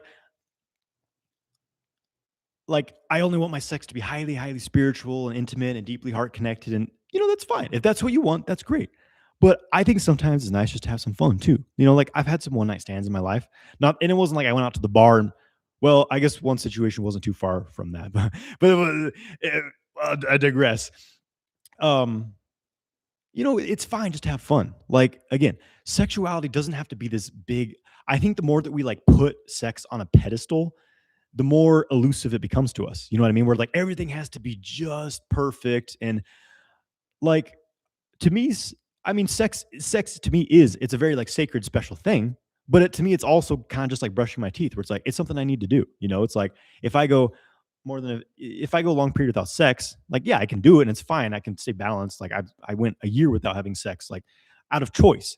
But I know that I to me, sex is a special technology of the bodies that rejuvenates us, and it's incredible for your mood, for your health, your hormones, everything. I think that sex is literally the fountain of youth, and it doesn't have to be this perfect, epic, spiritual, my soulmate, and everything led up to this moment. And it's like, yeah, I've had all those experiences. Some such as like, hey, you know, hey, we've only known each other a little bit. You're attractive. I'm attractive. We have an enjoyable conversation. You know, I don't see myself being with you long term, but like, let's have some fun, baby. Let's just like explore each other and have, you know, a little time together. Like, it doesn't have to be this whole big thing. You know what I mean? So it's just like, what do you want? What do you want? It's up to you. You can create whatever you want. But some people like put themselves through misery and years of like kind of pleasurelessness just because it's like, well, everything has to be just right and just perfect. You know what I mean? Like just overthinking everything. Okay.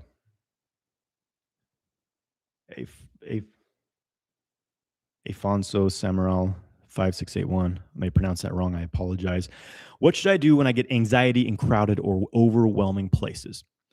Well, I think what I was talking about this earlier in the video, like a specific thing, but basically, you can rewatch this live later. What I talk about, like when you're interacting with people, how you manage tension in your bodies. But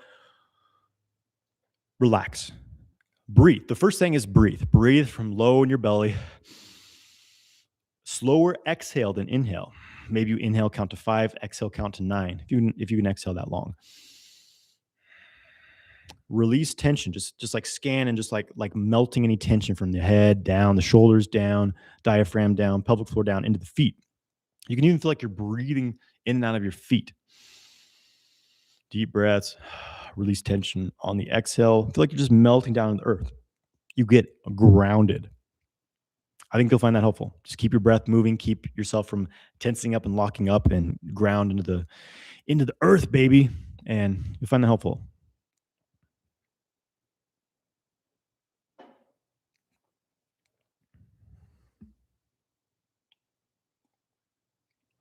Okay. MK Big Brain Tech. Is nervous system related to premature ejaculation or coming too soon? And if so, what are some practices I can implement today? Yes, 100%. That is the main cause of premature ejaculation. I mean, that is the cause of premature ejaculation, is that the nervous system is in an agitated, overstimulated fight or flight state. And this is the main thing I'm teaching how to do, is to transition out of this. So get my free ejaculation control ebook. There's a link in the description of this live video. It'll teach you some techniques. But the whole thing is, the simplest thing is breathe. I was just talking about breathing and relaxing. Same thing during sex. Breathe. Put your hands on your belly. Breathe in fully. Like breathe into your belly, down into your pelvic floor even. Feel that. Kind of stretch your pelvic floor open. Exhale from the belly slowly. Out the mouth. Let out some sound.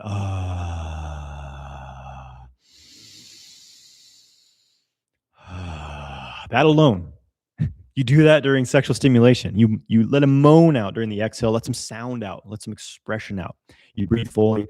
That helps you stay parasympathetic. I mean, that's the basic of the most basic, but it's the starting point for everything else you're going to learn in the sexual kung fu system.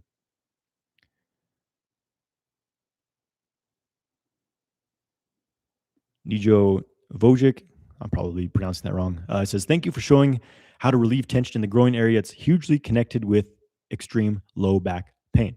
Yeah, absolutely. Absolutely. Definitely can be. I mean, this is the whole thing. Like, the pelvic floor acts in conjunction with surrounding muscle groups and tissues. It's not like a standalone sort of thing. I guess nothing in the body is. It's all connected. So pelvic floor tension doesn't always originate in the pelvic floor. What's often happening is like certain postural muscle groups aren't working properly. What's common is people have weak posterior chains. Hamstrings and glutes are not firing properly. Glutes are a major stabilizer muscle for the hips and this whole region. And when they're not firing properly because you sit down too much, you develop imbalances. The pelvic floor takes over as a stabilizer muscle. So, which it's not meant to be. So you develop this extreme pelvic floor tension, then it kind of pulls on other areas of surrounding muscle groups, which become tighter and tighter as well. Um, so yeah, low back pain can be very much connected to that as well. And in Chinese medicine, they talk about really the whole lower body relates to the kidneys and the kidney energy. So both kidney energy depletion from over ejaculating, too much stress, just too much doing and not enough rest, just overstimulation, burnout. It burns up your kidney energy, and that creates a lot of tension in the low back. In Chinese medicine, low back pain is always associated with the kidneys, usually kidney deficiency and imbalance. Pelvic floor as well, I believe, is connected to that kidney energy as well. And often it can relate to fear. If you have a lot of fear, you're like really like, oh shit, fear, worry, cause a lot of contraction in the lower body region.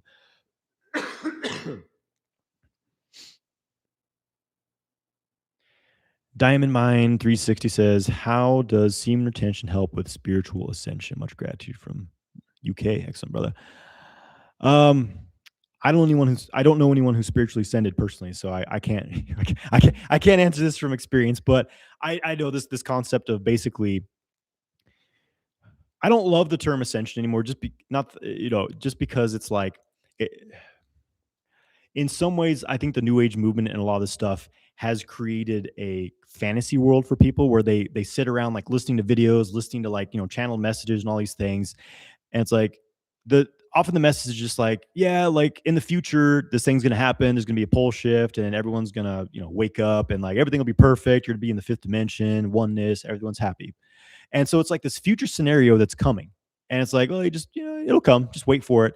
And so what it's really turned into is just entertainment. People listen to this stuff, they think about it, they read books about it, and it makes you feel good. It's like, yeah, it's happening in the future. Something's coming, and it's great. But I think that it's in some way been like uh, it's been promoted on a mass level to control the masses of people, because anytime people love to believe things, they love to believe that something's coming in the future. They'll put up with hell in their present life if they think something better is coming in the future. And this is the basis of a lot of religions, is like something's coming. Like, don't worry, your life sucks, but like after you die, if you did this thing just right, you'll get, you'll you'll get hot bitches in your own planet, or you'll get what I mean. You'll spiritually ascend, right? And of course, there's a grain of truth to this. What these new age concepts come from is what a lot of that Eastern traditions are talking about, where when you cultivate your energy and awaken your energy body by building chi, you awaken these centers in your body and you become dominant in your energy body. Then you start to enter into these whole other planes of consciousness and awareness. We could call that ascension, but that's not something that just happens. Like, this is like less than 1% of people, less than 1% of practitioners, serious practitioners, probably will ever experience this. It's something you have to grind your ass off for. Just my experience of like truly learning how to build chi. I mean, I've had a hardcore practice for 12 years every single day now, and I feel like I'm just beginning to understand, like, I've got this nice little chi ball for, no, not really, like, I've built some chi, but like it's, fuck, there's a lot of work involved in this. God damn, let me tell you. Um, am I ever going to get there? I can't say. I strive to. I strive to make some serious, evolutionary energy body activation activity, but it's only something that will come from practice. It's not just like I do not believe that, like, oh, there's going to be this future event and everyone wakes up and is fucking, an ascended master. Like, I think that's just something that people want to believe, and it's been spread on a mass level so that people are comfortable and they'll put up with shit because they think something better is coming. Anyways, it's a cynical side of myself. Anyways, but in the process of like internal alchemy, this is what internal alchemy is to create the immortal embryo, create this energy body that has so much integrity to it that when your physical body dies, you inhabit the energy body. Then you keep creating in other realms. Having in that context, how does semen retention help with it? Well, Jing is one of the ingredients of the Dantian. To build the Dantian, to build this cauldron where you bring your energies into these various essences from your body, cook them and refine them, and then develop this channel infrastructure system. Your jing is an important aspect of that. So it's not like, and again, the whole thing here is that if you're spending too much jing, you're gonna struggle to build up your chi because your fuel is leaking. And it's not a case of you have to go forever without ejaculating. Like some people, these quotes of like, oh, if you go 10 years without ejaculating, then basically you'll become spiritually enlightened. And it's like it doesn't happen like that. I know guys who claim they've gone 10 years without ejaculating, and they're not there. Okay. Anyways, so with the overall process of spiritual evolution and specifically having a practice, which is what you need, we are actually like building chi and making things happen. And again, it's a fucking grind. It's a lot of thousands and thousands and thousands of hours into it. You don't want to be leaking your jing. So you plug the holes and, allow your bucket to fill up. Then you got some good fuel to build your energy body with. So there you go.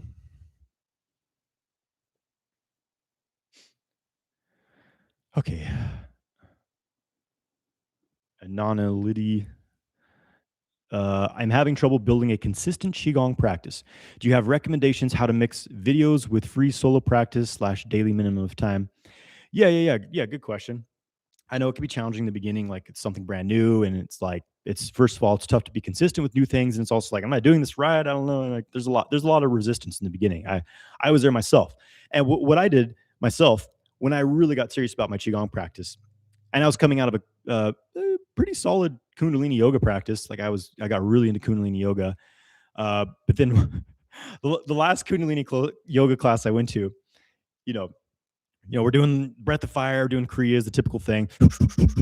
And then it's like the last kriya we did, I hold my breath, do the whole fucking thing, the bandhas, everything. And the next thing I know, I'm floating up above my body. I'm up at like the top of the room and I'm like looking around. I'm like, what the fuck? And I see everyone in the room. I'm like, what the shit? And then flash. Next thing I know, I'm on the ground and I've passed out. And the teacher's like running over to me, like, are you okay? Like, I could tell, like, he didn't really know what to do. He's like, oh shit, like, and after that, I'm like, maybe this isn't the most balanced path. Plus, it was burning me out. I was very delusional, like very disconnected from reality. Kundalini yoga it's a very ungrounding practice, Anyways, so after that, I was like researching. I was like, okay, Qigong sounds like it might be the thing for me. It sounds like it's very balanced and grounding. That's what I really need. So I committed. I was like, I was talking about this book. I put it back on my shelf, but The Way of Energy book. That's what I got started with. This Lam Can Train book, which is about standing meditation, Zhan Zhuang practice, which is a killer qigong practice. So I was like, okay, I want to see if this is really going to work for me, but I'm not just going to like dilly dabble with it. I'm going to commit. I was like, I'm committed to doing this practice every day for a month because I know it takes enough time to see some results from it. So I'm going to do it every day for a month. And if it's not obvious to me, if I'm not getting a lot of benefits from this, I'll stop doing it. So I committed. And did I feel like doing it every day? No, but I said I was going to, and I was like, I'm going to fucking do this. So I did it. I was doing, I think 10 or 15 minutes a day of the standing meditation. And within the first week, I was like, holy shit, my energy is much better. My mood is way more stable. I feel much more grounded. I had more like physical vitality, just felt good. I was like, you know what? I'm going to keep doing this practice and haven't missed a day of practice since then. That was 12 years ago. So how to put your practice together? Yeah, I mean, it's good to like follow, have like videos to follow in the beginning. Like I've got a lot of qigong videos on my YouTube channel. I've got a whole qigong playlist, my sexual kung fu YouTube channel. There's other people who have qigong. A lot of it sucks.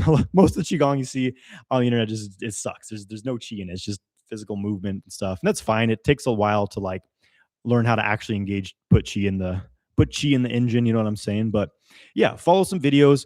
And then have some practice sessions on your own too. Just mix it up, And as far as minimum amount of time, I would start with like 15 minutes. Okay. If you really kind of like, if you struggle with motivation, discipline, start with 10 or 15 minutes. That's plenty. Do that for a few weeks. And then maybe you add a bit more time if you want. You don't have to, right? It really just depends what your goals are, right? Like you want to be immortal. Well, you're going to want to you're going to want to do more than 15 minutes a day of practice. But if you're just kind of like, I want to feel better. I want some better health. I want a calmer mind. 15 minutes qigong, fantastic. Okay. Yeah, but just make it a habit essentially. And like, know that you're not always going to want to do it. And that's what you have to be prepared for. It's like it's easy to do things like everyone's excited about a new thing and being like, woo, I'm gonna do this thing. It's so exciting. But guess what? 80 or 90% of people drop off within a few weeks of doing something new. It's like I was at the gym. What was this, a week or two ago? I go to the gym, my local Gold Gym I go to here in Asheville, and I drive in the parking lot's packed. The parking lot's packed. I go at about, I don't know, 10 in the morning. It's usually not very busy. And I'm like, parking lot's really busy today. I walk in the gym. It's packed with people. And I'm like, oh yeah, like new year. Everyone's like, oh, this is the year I'm getting in shape. And I'm like, okay, it's fine. And I know that, and already this week, there's less people in the gym. And I know that like by February, it's like 80% of people. I looked up the statistics. 80% of those people they're done. They're done. Cause it's like, is people get excited about things, but then the excitement wanes and they rely on excitement and initial like novelty to keep going with things. You're never going to sustain something out of pure excitement and novelty.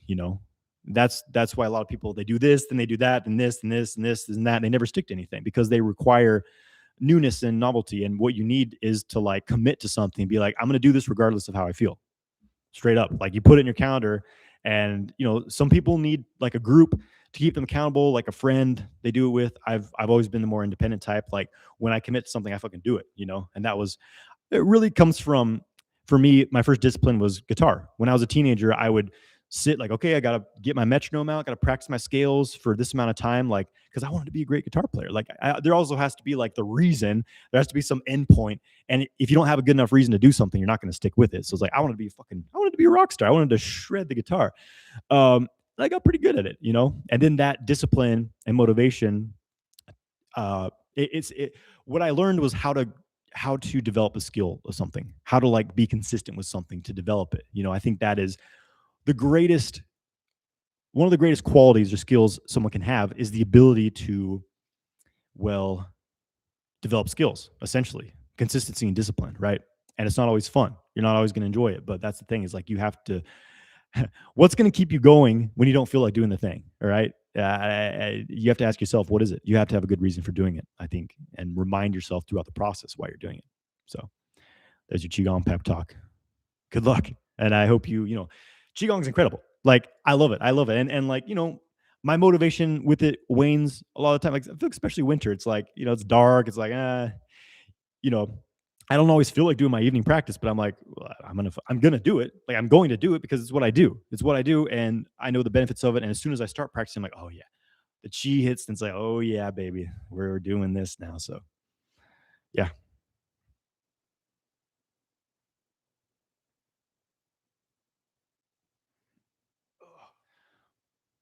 Oh yeah. Son of Aztec says, I assume my sexual battery is pretty low due to stressful environment. I can't change it at the moment. What practices can you advise? Assuming nutrition, info consumption, etc. on point. Okay. Well, some kind of physical exercise. Maybe it's just walking. Maybe it's, I love weightlifting. I think the weightlifting is actually really incredible. One of the best exercises, like physical exercises for the body. I think that weightlifting is fantastic. Um, Walking too. Walking is one of the best exercises you can do. So that's like your physical exercise. You need the right amount. Too much weightlifting, too much, like cardio, running. People doing like marathon run things like that. Like, I think it's ridiculous. That's a good way to like, deplete your body. But the right amount of exercise, physical exercise, is important.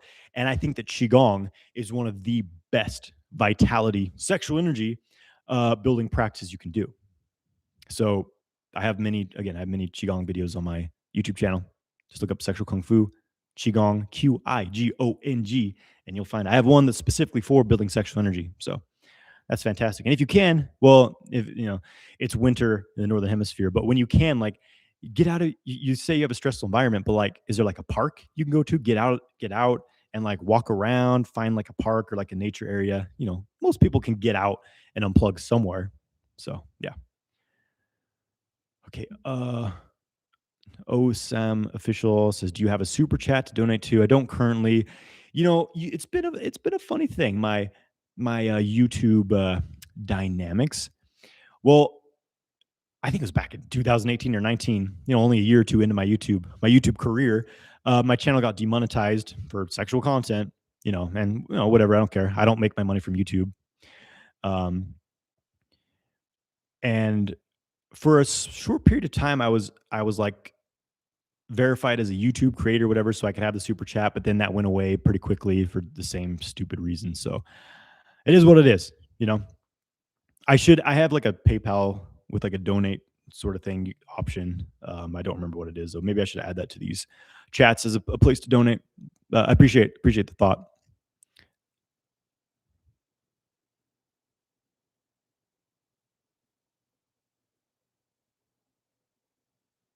Okay, Friedalon Kane says thoughts on fatherhood.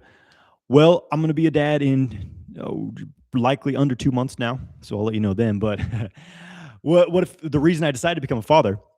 I was talking a little bit about this in my last live I did. Is that I mean, it's funny as I've been reflecting on this because it's been a whole journey for me as it is for most people, I'm sure. Where like the thing for me was like, well, I don't want to have kids because it's like a constriction of my freedom. I just want to be free, bro. I just want no responsibilities and things, which it's it's it's a pretty normal thing these days. But what I realized the past few years, especially just reading into I don't know different things and like lineage. Let's talk about lineage. It's interesting. Like the society we live in, it's a bizarre society. It's a mishmash of we're in this technological matrix control system. You know what I mean? We're all very disconnected from our past, from our ancestors, from kind of just barely making it through every moment while massively distracting all the way. So, anyways, as I'm kind of coming like we all have indigenous roots, mine being the Nordic traditions, Northern European genetics. As I'm reading about like just some of the values of you could say my ancient ancestors. Like a big thing was basically you're here because of your ancestors. Like, and they had your mom and dad had sacrificed a little bit to raise you. Like that's what it is. It's a sacrifice. It's like you're giving up some of your freedom to take care of this being so that it can sprout and then protect them in their vulnerable periods so that they can then be a person. And this is what sustains life. Like we wouldn't be here if our parents hadn't had us. You know what I mean? And they had to sacrifice for that. And it's like you kind of owe that to your ancestors to like have a child and continue on. And it just became really apparent to me of like, like that is the next stage of manhood because it's not about me anymore. And I think this is kind of culturally programmed. I do feel that there is, it sounds conspiratorial, but it's very practical that there is a population reduction agenda. And for good reason. The earth's growing out of control. There's a shitload of people. There's not enough mouths to feed. So it's like you let's say like you're born into a family that's very, very rich and they see themselves as like the guardians of the planet. And like you make the decisions and like the masses of people are kind of just like they're like cattle. It's like I grew up on a farm. We had cows, and you have to kind of manage them. You got to castrate them so they aren't too aggressive and things like that. It's nothing personal. It's the same thing with controllers of the world. And so there's these subtle things in place to reduce the population. We could go into. I mean, it's if you look at things, especially in the past few years that it happened, it's pretty obvious what it is. But one being, um, basically the idea of it being having a child as being something terrible. Like, oh, it'd be so terrible, and I'll be so weighed down and bogged down. And it's like, but what is the upside? Well, because I just imagine being at the end of my life, being an old man, being like, I don't have a family now. I have no one to take care of me, no one to continue my legacy. Like I imagine that's a very depressing feeling. You know what I mean? And so I don't want that. And like I wish I had gotten to know my grandparents later. Wish I had gotten to know my grandparents better. They died when I was very young. I didn't get to learn wisdom from my grandparents because they passed. And so like I want to be there for the next generations, my own bloodline continuing. And so I see fatherhood as like it's stepping up as a leader. It's no longer about, well, I need to be comfortable and like just everything feel good all the time. Like being a man is not about that. It's not about comfort seeking. Yes, it's good to have comforts and like we all need a break when we're getting our asses kicked. But like if you live your whole life seeking comfort, seeking feeling good all the time, this is what turns people into drug addicts. And like there's a difference between being comfortable all the time and like accomplishing and like making a purpose in the world. You know what I mean? So yeah. That's why I became a father. And becoming a father, I want to have a family, and I'm ready to step up as daddy. Okay,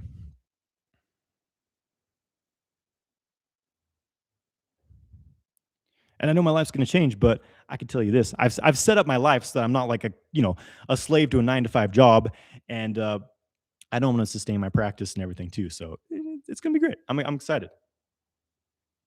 Okay, Benaya K Basnet 2904 says, "Do joint problems heal with semen retention?" It depends what's causing the joint problem. Probably not, depending on the cause. Like I'm not really gonna have like joint problems, but I've had like I've had my own like body imbalances, physical tension issues, aches and pains in certain areas, and none of that changed practicing semen retention.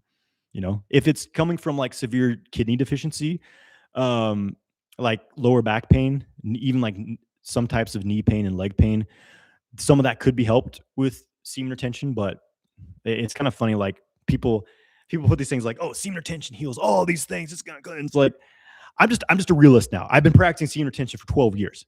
No, more than that, 13 years now. And it's just there's the initial like, wow, yeah, I feel so much different because you're just feeling normal. Men are so depleted they don't know what normal feels like. So when you stop ejaculating every day, you go 2 weeks, 4 weeks without ejaculating, you just feel normal, which is superpowers. But beyond that, like it's not going to fix everything. I wish that it did, but it doesn't. But obviously it's very beneficial, and it's like, you know, it's to me it's just it's a method of energy management. So I'm not wasting energy. I don't know, maybe someone has had joint problems that healed with semen retention. Have you?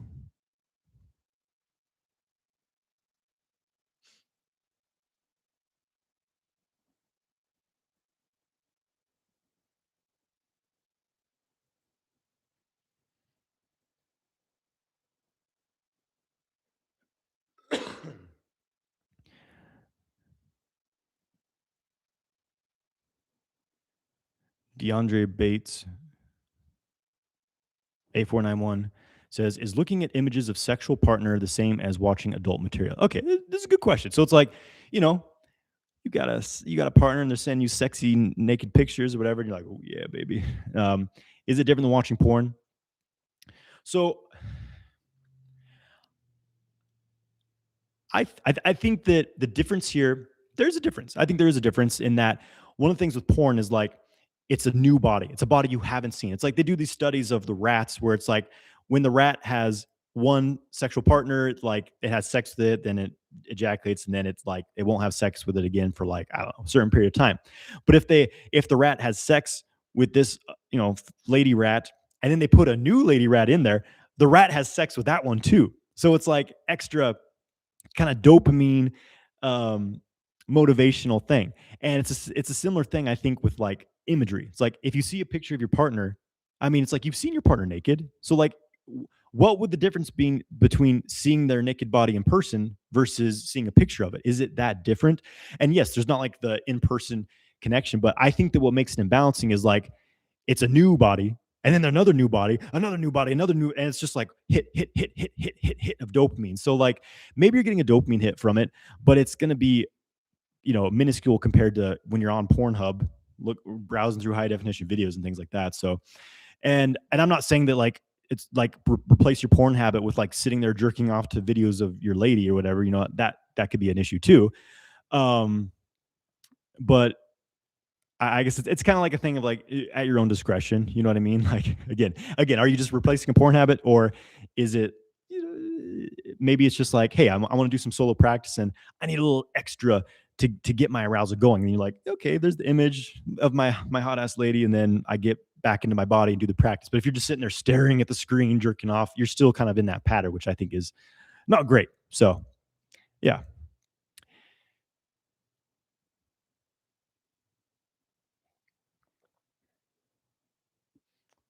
Okay. Dildar Khalid 583. I may be completely like mispronouncing these names. I apologize. Is asking, you don't think we have to master our mind to get out of lust instead of keep following lust? I think sexual kung fu is still edging, which feeds lust. Please explain. Okay, well, here's my perspective. I don't think there's anything wrong with lust. What's the problem with lust? If it's well integrated, lust integrated. I think that lust alone is something that will not bring you to completion, and this is very apparent because I've talked with a lot of men and heard from a lot of men who like they have unlimited lustful sex. It's like um there's an example of this person, someone who's kind of established in the spiritual community, and like he sells spiritual technology devices, and he started making a lot of money. Well, how's he spend his time? He goes down to Mexico and like bangs hookers all day. He gets these high end, hot ass ladies, and he has two a day.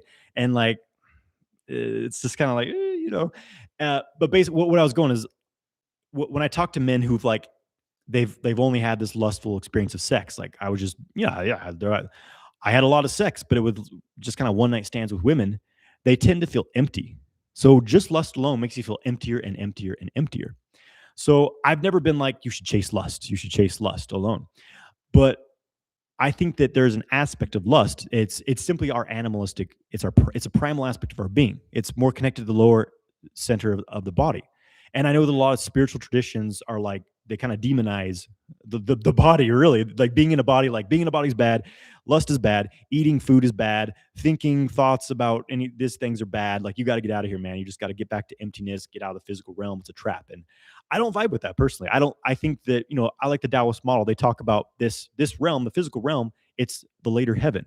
It's a heaven realm. It is a heaven realm. Like yeah, it's got its issues for sure, but like we can still find bliss and peace and harmony and balance here. Anyways, and part of that is the physical experience. So my perspective being that when you could integrate lust with heart energy. So like for example, like in relationship with a woman, if there was no lust in it, like if it was just heart energy, just oh, I love you so much, just divinely, it's kind of like it's like the way you love a family member. Like I'm not to make this like weird and perverted, but like your sister, you know what I mean? Like I love my sister, but I'm not obviously there's not another dynamic there with that. Maybe I just went in a weird direction here, but what I'm saying here is like what separates the relationship between you and your someone. What separates a husband and wife relationship from a brother and sister relationship? There's both love, there's both this heart energy, and that's pure. But like, you know, I guess it depends on the region, doesn't it? The world you live in. We went in a weird direction here. Anyways, but what separates that is that there's sexual desire in the husband and wife, the sexual relationship, right? What is sexual desire? It's lust. But you also love them, at least, hopefully, ideally, right? It's kind of empty without that. Just like love, like again, if it's all heart energy, it's like I love you, baby, but like, well, I just have no lust. Like, we don't need to have sex. It's like, so to me, the magic happens when both are together. I love this woman, and oh, I want to. Just go. Oh, baby, I want to ravage her too, but love her throughout the process. I think that's where the magic happens. And what this is unification of the heart energy and the genital energy. This is fire and water. Water's the lust, fire is the heart. And the water is important. Lust is important is because it's the continuation of the species. It's the urge to procreate, to reproduce.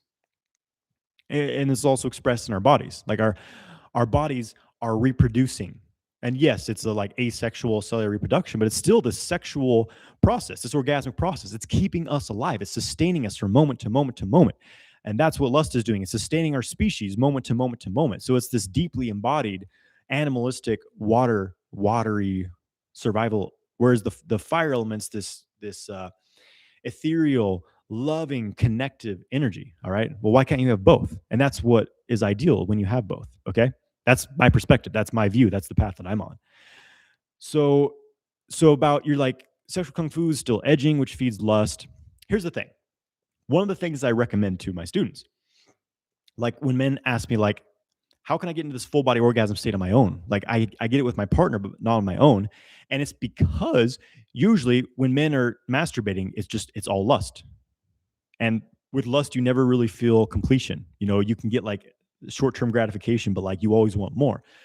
But when love is involved, when the heart is involved, that's how you find a sense of completion. So what I realized was like, because I was addressing this myself, because I realized the same thing. Hey, I'm having amazing multi-orgasmic sex with my partner, but when I'm like having solo practice, yeah, it's nice and it's orgasmic, but it's not quite the same. I'm like, what's missing? I'm like, well, love. I'm not really bringing this intense loving connection into it, huh? So I started playing with that. Like, what if I love myself intensively, really activate the heart energy when I'm self pleasuring? And then it becomes a self-love practice, and it completely changes the vibration of the dynamic, and it becomes incredibly satisfying. And it's no longer about just getting off. It's like you're loving yourself, and it changes your physiology, changes your DNA, changes your cells. All right. I don't have like scientific documentation to prove it, but I suspect. Okay, I suspect. All right. So that's my take on it. All right. It's different than just edging, like you're jerking off to porn and just like hovering on the edge of ejaculating. We're not doing that in sexual kung fu. We're we're we're mixing water and fire. All right. The fire, the loving energy with the sexual desire, and finding a smooth balance of that. That's what that's one thing it's about.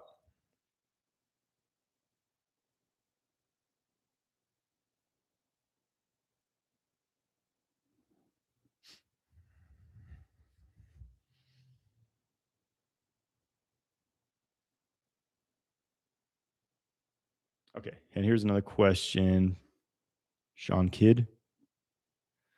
If you train your body to relax while watching porn, can that be helpful? Using porn is so normal for me that I struggle to get aroused without it. Well, it's a deeper issue here, right? Um, I don't think it's valuable to watch porn. Like obviously you can do whatever you want.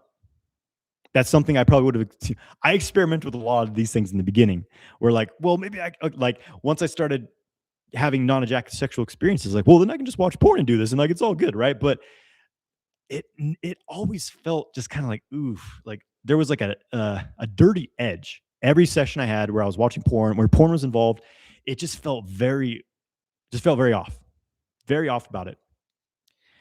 There's a whole lot of get into some of the deeper esoteric reasons of like you're connecting to some we talk about like the astral plane and the unseen world that we're all engaging with it, just have no fucking clue because we're programmed at a young age just to completely be uh only in this physical world where physical objects are bumping into each other, even though everything's 99.9% empty space. We've been conditioned this certain perspective of seeing the world around us. Well, in the unseen realms, every time you're on a porn site, you're watching a porn video, you are hooking yourself into some questionable entities in the astral plane. Like I think of the movie The Matrix. You know the scene where Neo wakes up, he's in the fucking tube with liquefied human uh, substances that he's feeding off of, and like he looks around and like there's millions of bodies in these tubs. They're plugged into the matrix and they're being fed off of. That's what I think of porn. Every these massive porn sites, every man who has a relationship to those porn sites is hooked into something that is draining the life force out of him. So it doesn't do you any good to involve that in your training. You want to cut that fucking cord that has been enslaving you and draining your gene. I can say that once I removed porn from my life, everything got a whole lot better. I just it's not a clean thing to be connected with. All right. Having said that, you can do whatever you want with your training, but um, you're struggling to get aroused without it. That means that your dopamine, your receptors are fucked up. Your arousal chemistry is fucked up and reliant on porn. You can either address it right now and stop, disconnect from porn and start the healing process, or you can drag it out as long as you want, but I would recommend you just stop watching porn, get the fuck away from it. Yes, there will be a recovery period, but if you're practicing sexual kung fu, it will be greatly accelerated. Doing qigong, building back up your energy, you're going to recover quite quickly. All right. But you have to stop, get the fuck off the porn sites. Dark matrix, dark sex matrix is what it is. It's a nasty, nasty place.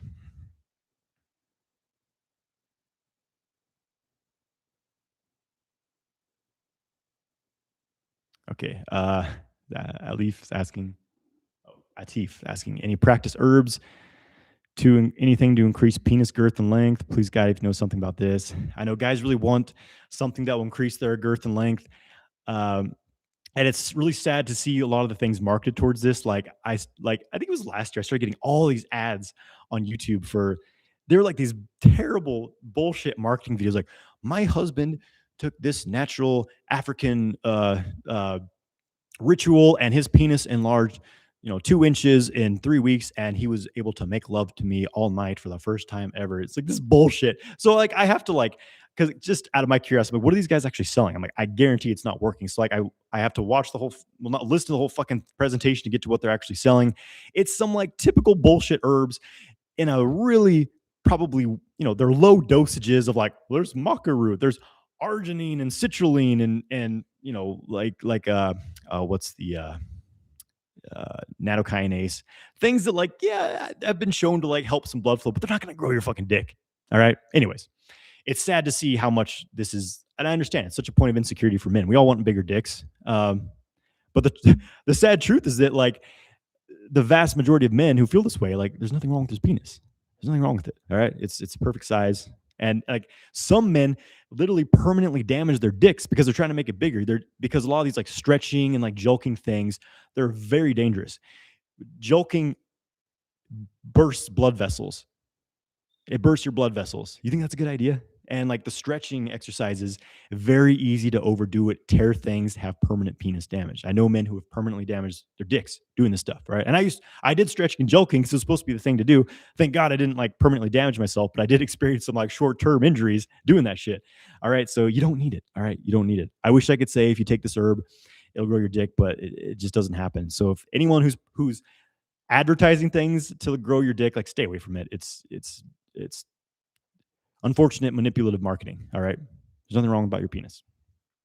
Though the closest thing, if you were to do one thing, Angion method, Angion, Angion method, amazing exercises for your penis. For some men, it grows their penis size. Didn't happen for me, but I didn't really, didn't need or want that. So, anyways, you can check that out.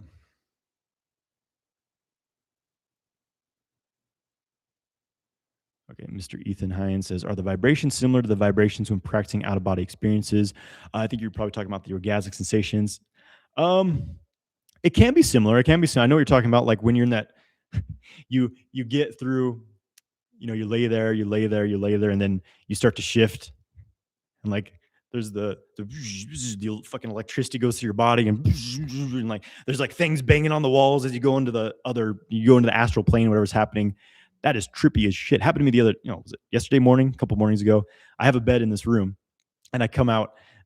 Sometimes I wake up in the middle of the night at 3 or 4 a.m. and I come out here. It's like, all right, let's do some dream practice. So I like lay in this. It's like my second bed.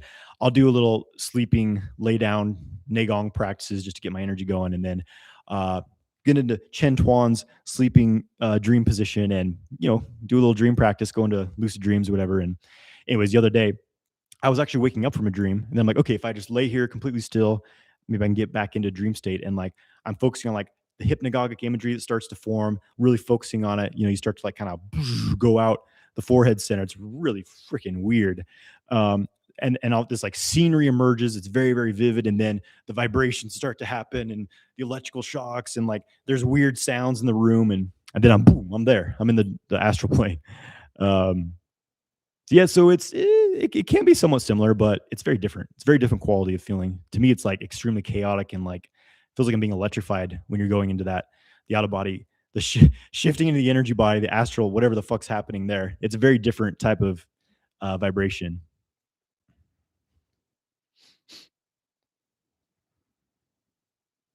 Okay, Ahmed's asking, why does modern Western science not know about chi, kundalini, and Eastern energies in the human bodies until now? They have nothing to measure it with, I mean, well, I go in a few different directions with this. There was a lot of more modern people who knew about this, who were studying this. I mean, people like Nikola Tesla, but what did they do? They locked him up in prison, and locked him in a hotel room, stole all of his technology and buried it under the carpet. And we got fucking Edison technology that could be paid for by the current instead of free wireless technology. I mean, yeah. But another answer may be that they just don't have the tools to study it. I'm sure that there's people who know about it and are not going to share it with the public. These ancient secrets that they hold for. Anyways, but yeah, like scientists just don't know how to measure it, because it's something that's beyond what they can kind of like. it's like in China in the 90s, they were doing a lot of research on qigong and trying to like measure. They were like, measuring the radiation out of qigong masters' hands, like looking for things like infrared, gamma rays, radiation, just heat and stuff. And they were finding like, yeah, there's something happening with these dudes, but that's all they can find is like infrared, fucking gamma particles. It's like they just don't have the tools to measure what you can simply practice and feel happening in your body. You know what I mean? So that's what it is. But I don't need a scientist's fucking opinion to tell me cheese real. These guys aren't going to practice. You know what I mean? There's the cultivators, and then there's like the scholars, the people who write about it, and there's like the scientists and who present information, study it. Then there's people who are actually practicing it. Hey, if someone has some scientific gear, come hook it up to me. We'll see what happens.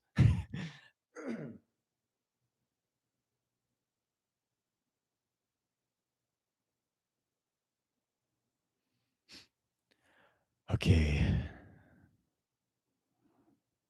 Solito Sira. If ejaculation comes before orgasm, the goal is to approach orgasm while preventing ejaculation by relaxing pelvic muscles. If fluid leaks without erection loss or orgasm, did I pass the no return? So this is one method. I made a video on this method where you basically go towards the point of no return and stop just shy of it or like just around hitting it and completely relax, and you can experience this genital centered dry orgasm. So this is one technique, and I will say that it's not a technique I use like much at all these days. It's just something that like can kind of get you started, so you see like it is possible, and then you go into a different realm of sexual orgasms, non-ejaculatory orgasms, which in those types of orgasms you're not hitting the point of no return. You're not going near it. But in this situation, some fluid comes out, but you're not losing erection, but you're not orgasm either. It just happens as you get close. Um, it's usually just prostate fluid because yeah, with this technique, that was happening to me a lot where sometimes, yeah, I like, ooh, a little spasm and then some fluid comes out, but I'm still fully hard. I haven't obviously lost anything from it. So it's usually just, um, it's like it seems to just be prostate fluid releasing. Keep trying it.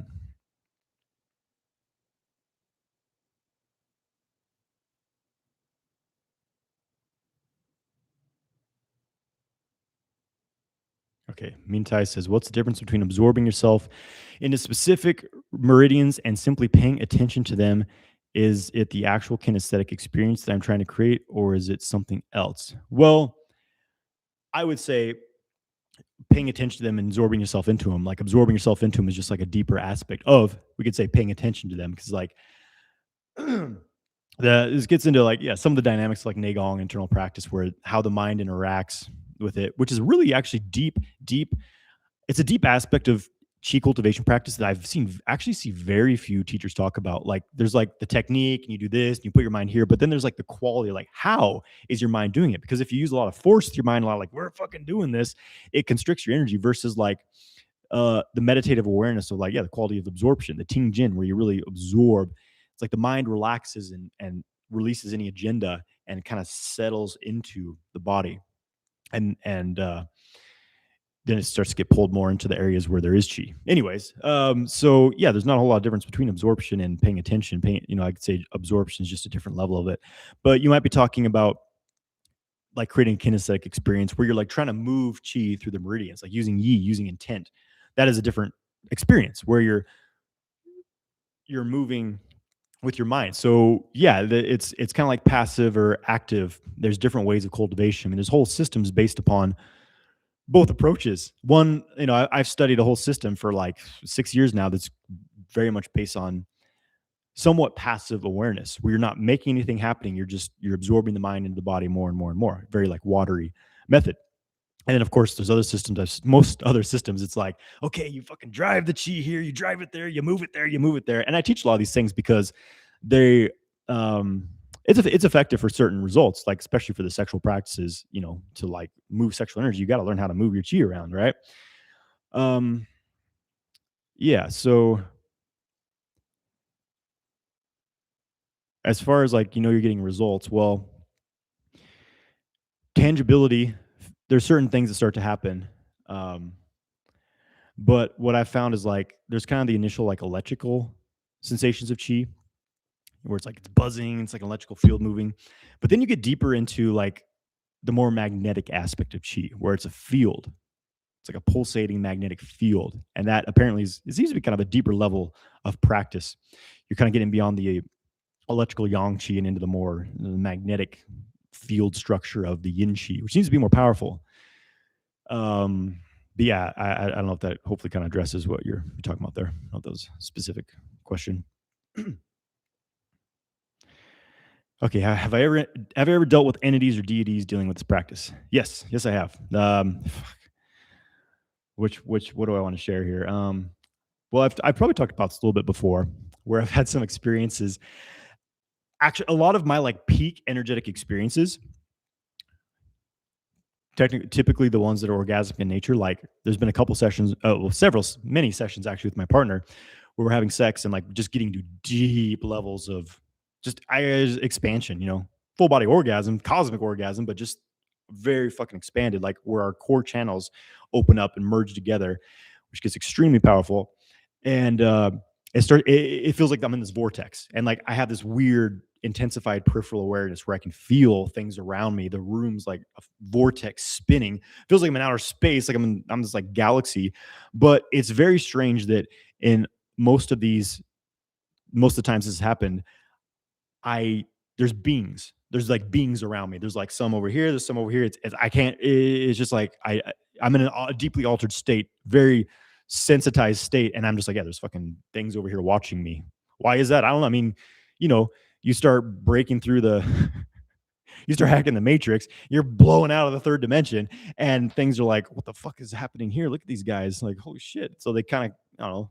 I never really felt like there was like malicious intent. They're just kind of there watching. But I started to learn how to manage my field a bit more. So like, okay, let's set up a boundary here. It's like, sometimes it does feel like there's some weird things trying to get in, but my energy field's pretty strong. It's not easy to penetrate.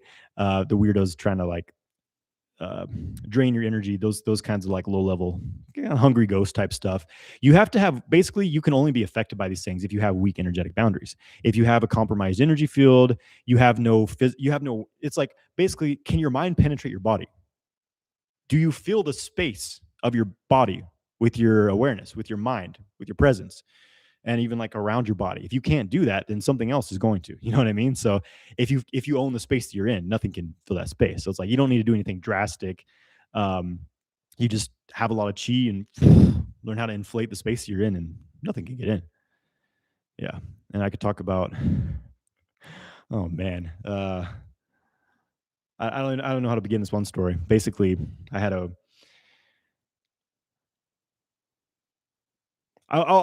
Let's share a snippet. I'll share a snippet. I'm kind of, we're deep, we're hours in here, and I got a bunch of questions. But I had a teacher I was working with who's a female, all right, who ended up manipulating me and like, trying to seduce me and all these things. And she like fucking hypnotized me. It was the weirdest thing. This was an energetically powerful person, all right, and like I'd known her for a long time, and was working with her, kind of shamanic type of stuff, which I kind of got turned off of after that experience anyways.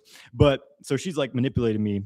I'm in this like hypnosis state. It was very, very, it was one of the weirdest, most disorienting experiences of my life. But what snapped me out of it was that we're sitting in this room, and I just, happened to be like looking into her eyes. Like if you ever do eye gazing practice with someone, you can even do it with yourself in the mirror. If you just sit in the mirror, look in your eyes and just relax your vision after, do that for 10, 15 minutes, your face starts to change. You start to morph. You do that with another person, with a partner, their face starts to morph. Sometimes they turn into like other species, like fucking alien things. It's the weirdest thing.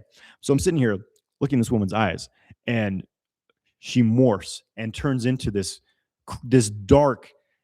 It's like a Darth Vader type of thing. It was this like black mechanical, like kind of bug-eyed mask, and there's like tubes coming out of it.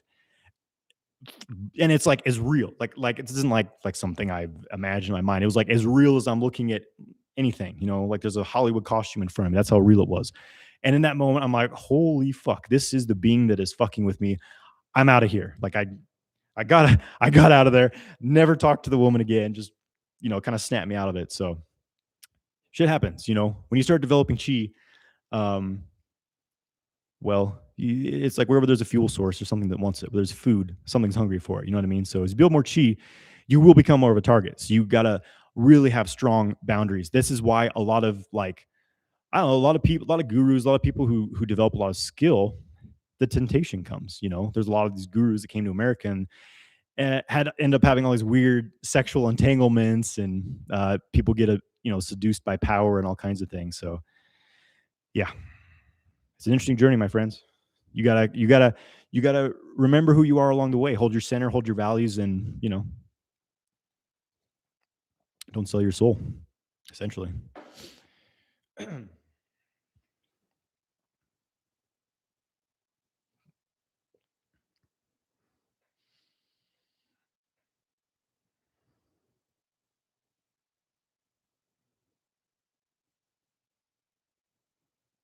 Okay. Would I consider the inner smile practice a gratitude practice?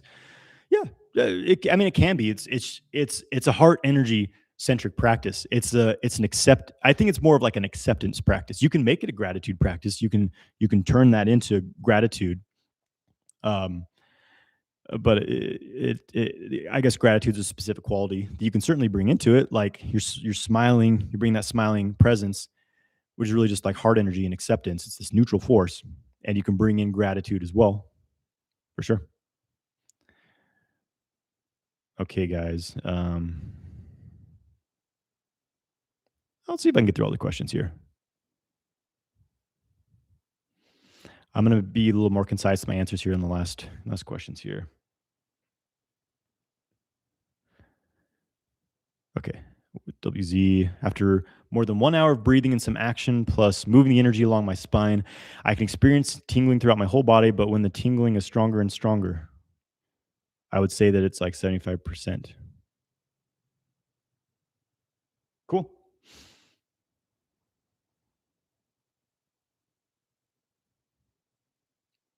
Yeah, I mean, it starts as tingling, buzzing, um, and as you're doing that, see if you can relax your mind even more and more. Like the more you can release like strong intention, like okay, it's going here and it's going here, the more you can just like you relax. It's like you forget. It's like you let your mind just kind of dissolve, and there kind of more advanced technique is like you kind of dissolve the physical body. You kind of forget about the physical body. It's like your focus shifts back to a deeper level. It's hard to put these things into words. It's going to take years of practice probably, but you shift into this more subtle field, kind of like yin magnetic field I was talking about before, where your body is no longer like arm, leg, this. It's like just a field of awareness. And when you get into that state, then things become more intensified.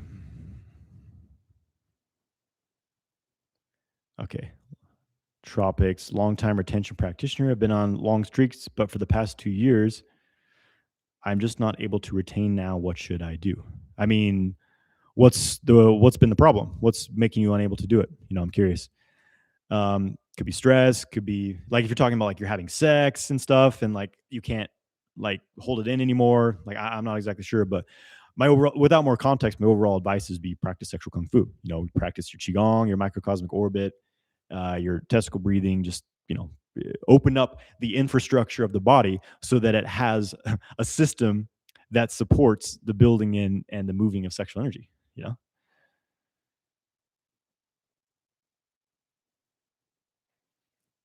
Okay, does a full seminal vesicle feel like pressure inside the abdomen? It certainly can, because yeah, when there's a lot of pressure in like the seminal vesicles or the prostate, and especially like when the area around it gets tense, pelvic floor tension, you often will feel in your abdomen as well, like kind of an achy, tight, which is actually one helpful way of releasing pelvic floor tension can be to massage, to press deeply into different areas of the abdomen, like if I go around the navel here, just like really press in there and relax into it. Is a Chine song technique that can help release the pelvic floor as well.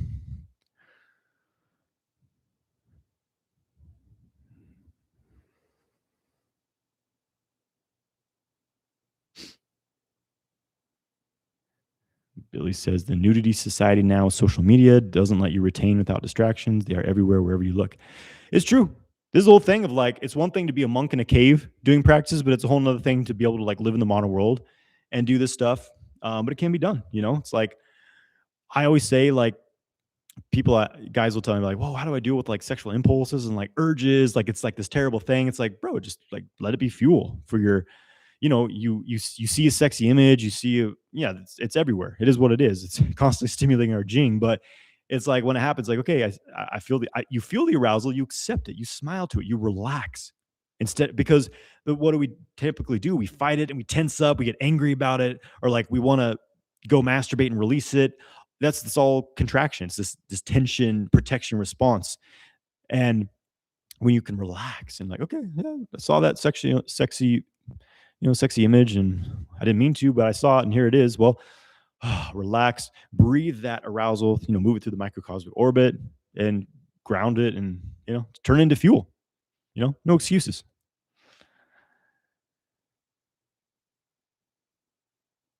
Okay, Marani says, people seem very intimidated by me on semen retention. Do you have any advice for that? This is very a big problem for me. Yeah. You probably got a lot of masculine, just strong energy, I would pay attention. There's two things I'll recommend.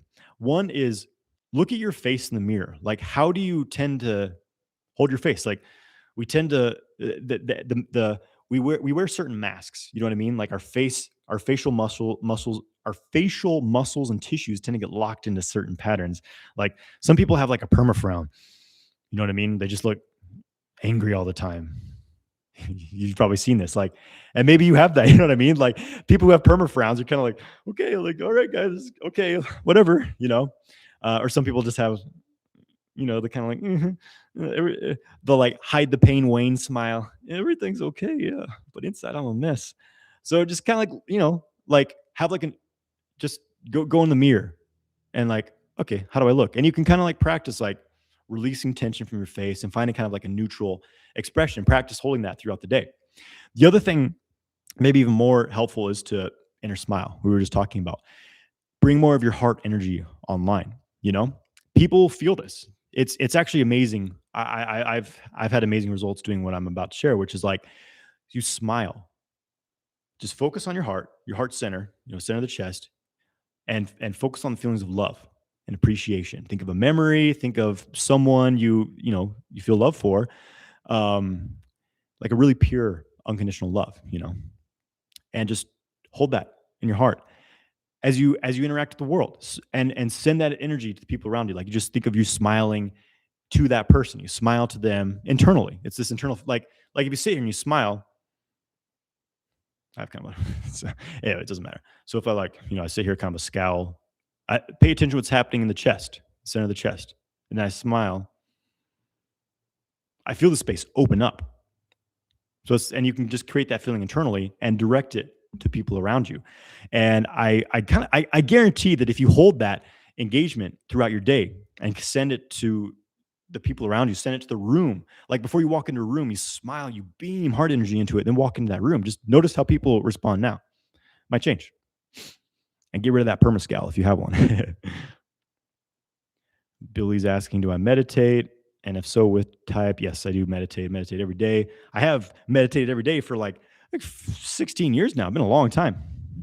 What do I practice? Mostly Taoist methods of meditation, a lot of internal alchemical practices, Nadon, and just general like absorption, just kind of like stillness, just absorbing the mind into the body, releasing thoughts, at least, doing my best to. It's different every day, but just sitting in stillness and like letting kind of letting the chi pull my mind into it, and just sitting in that, like getting out of thoughts and getting into just being in the field of energy. And sometimes it takes me deeper and deeper and deeper into the Dantian. There's like a portal you can get pulled into, and shit gets trippy when that happens. But yeah.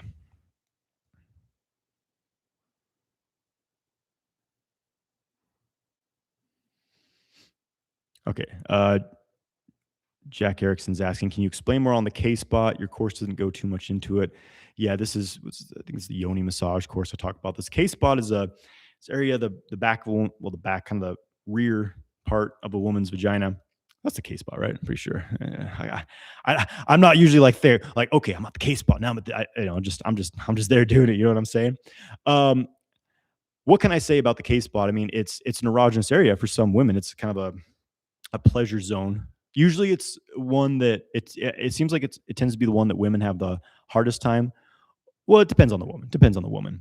But for like most of the other pleasure zones, the G spot, the cervical area, and then that K spot, they often have to be kind of awakened before a woman feels pleasure there, before she associates it with like pleasure and can have orgasms from it. Similar to the prostate for men, there's this whole kind of rewiring process. And the K spot, I mean, I suspect that it. Let me. I'm like, what's in that region? There's nerves that may kind of connect to the tailbone area, which when you get the tailbone buzzing, the way you lugate, it's a strong chi pump up the spine to the brain. So kind of like a spinal energy gate, maybe kind of similar to the anus can be a very erogenous zone, both for men and women. And that has more of a fiery, intense, again, back spinal pathway quality to it. I don't know what it feels like to have a K spot stimulated, having not had one. I can only, share my experience that the women experienced when I was doing it. It seems to be kind of like a more spinal, electrical type of pleasure generated from it. Whereas the G spot, it depends, and the cervix, where it's more of a kind of vagus nerve, kind of descending watery energy type of experience. If that makes any sense.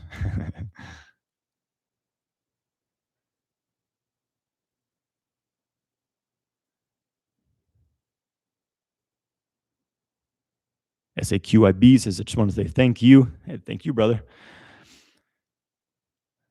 Mathexis IC222, learning more intuitive energy, body awareness, and nervous system relaxation or relation takes time, but very grateful for your teachings, as I've been very mentally overstimulated as a tech guy and AI. Yeah. You need this the most, man. Yeah, I can only imagine working on software and like AI all day. Like, oh man, it's got to be rough. I'm not saying, I have a lot of friends who do this. One of my brothers does this. One of my teachers is like a high level AI developer. Yeah, it can really burn up your jing, your brain chemistry, which it's an aspect of jing. So these practices can really help balance that out. It's funny, like the AI stuff. Like I use AI a bit. The whole thing is like I just don't like being on a computer if I don't have to. It just like fucking. It just really imbalances me, and AI especially, because it's like it's incredible. It's just so much information. It's like holy, it's an interesting thing being the age of well, age of information overabundance. But are people really able to implement it properly? That's it's kind of the thing of the world we're living in. Anyways, I'm glad it's helpful. Hayes Business says, great stuff, man. Thank you for being so real and not just woo woo. Yeah, I mean, my first path was a woo woo path. And then I started to realize how delusional a lot of that stuff is, and how people are just trying to escape from, their lives with a lot of the like woo woo stuff, the escapist stuff. And then I just got really focused on, okay, what's actually real? What's actually real with all this stuff? What's just like delusion? So, yeah, man.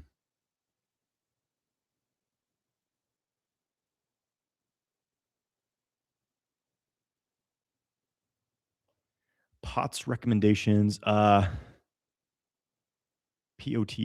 I'm not entirely sure what that is.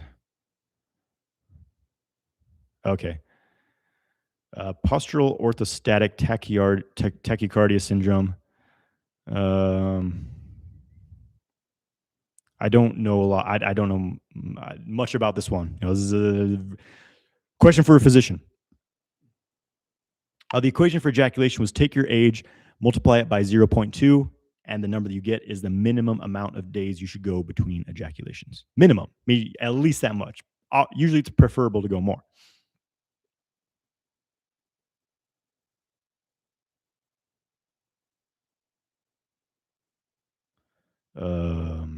Okay. Big Ape. I have very tight hips, and particularly my hip internal rotation is very bad. Is this correlated to my premature ejaculation? Definitely. Like I've been talking about, pelvic floor connects to surrounding muscle groups. When you have tension in the hips and like, tissues pulling in there, that is I'm like, I will guarantee that's reflected in the pelvic floor as well. So yeah, there's a lot of ways to go about it. I have some tight hip stuff myself. I'm still working on it. It's been a process, man, unwinding all the shit that's been going on in my hips and legs, but I've come a long way with it. But yeah, work on the pelvic floor and keep addressing that kind of stuff. You know, working like with a good physical therapist and good like tissue, uh, fascia release, trigger point release. I've been getting like full on intense sports massage, like, every couple of weeks, just like fucking getting in there and just, it's so painful, but like, damn, I get a good release from it. So yeah, getting body work is really helpful in general. Nostalgia says, does having non-ejaculatory orgasm increase your ability to enter stillness and meditation and concentration? When did you notice, and can you share an example? Yeah, I mean, yeah, definitely overall, because it's like the non-ejaculatory orgasm. It's a type of release. It's a dispersal of tension, but it's different than ejaculating. Ejaculating, you're just completely dumping everything outside. Whereas internally, it's kind of like a redistribution, right? And I tend to feel very peaceful after a good harmonious sex session. Um, and my being just feels like very stilled. I feel just very like very complete. And sometimes in fact, I was talking about the Taoist sexual meditation book. That's what Bruce Francis talks about. And that one is how you generate all this energy with a partner, and then you can go into like this deep practice. His main practice is like, um, basically melting blocks in your energy field. And so, yeah, I do find myself able to enter good levels of stillness in relation to healthy sexual activity. When did I notice? Since I got really into meditation. I mean, I because I when I was really getting seriously deep into internal practice and meditation, it was also the same time I was getting in deep into sexual kung fu, like just really committing to all of it. So it was all happening at the same time, and I wasn't really like, oh, this is happening because of this and this and that. It's just there was a lot of things overlapping at once. But what I like to do is after sex, like just the other night, it was this 2 nights ago, had some nice sex. And then one of the things I've been doing before I go to sleep is sitting and meditating, just kind of having like a stillness meditation where I just focus on the Dantian, really, really settle, not much intention, not no forcing of anything. I just settle into the Dantian. And I was kind of, subtly bringing sexual energy into the Dantian as well, just kind of like cooking everything together, and just felt like a really nice, like, ooh, oh yeah, completion. You refine your sexual energy as you're working with it, as you're building it as well. When will I do the next live? I can't say. It's been kind of sporadic. I've been really busy, but uh, I'd love to be able to do them every, at least once a month, every couple of weeks, maybe. We'll see. Okay, Don Hand says, "What are your thoughts on the looks maxing community? I agree, looking better and looking after yourself isn't a bad thing, but I think it's gone too far. Curious to know your thoughts." I completely agree. I think it has gone too far. I mean, this whole like obsession with how you look and like trying to like put all this effort and emphasis on looking so good. It's a feminine quality. This is what women do. Okay, you're acting like a woman when you're doing this stuff, and like the guys who are super into this stuff, these videos will pop up for me, and I'm just like, what is this? Why would you? Who would spend hours a day doing this shit?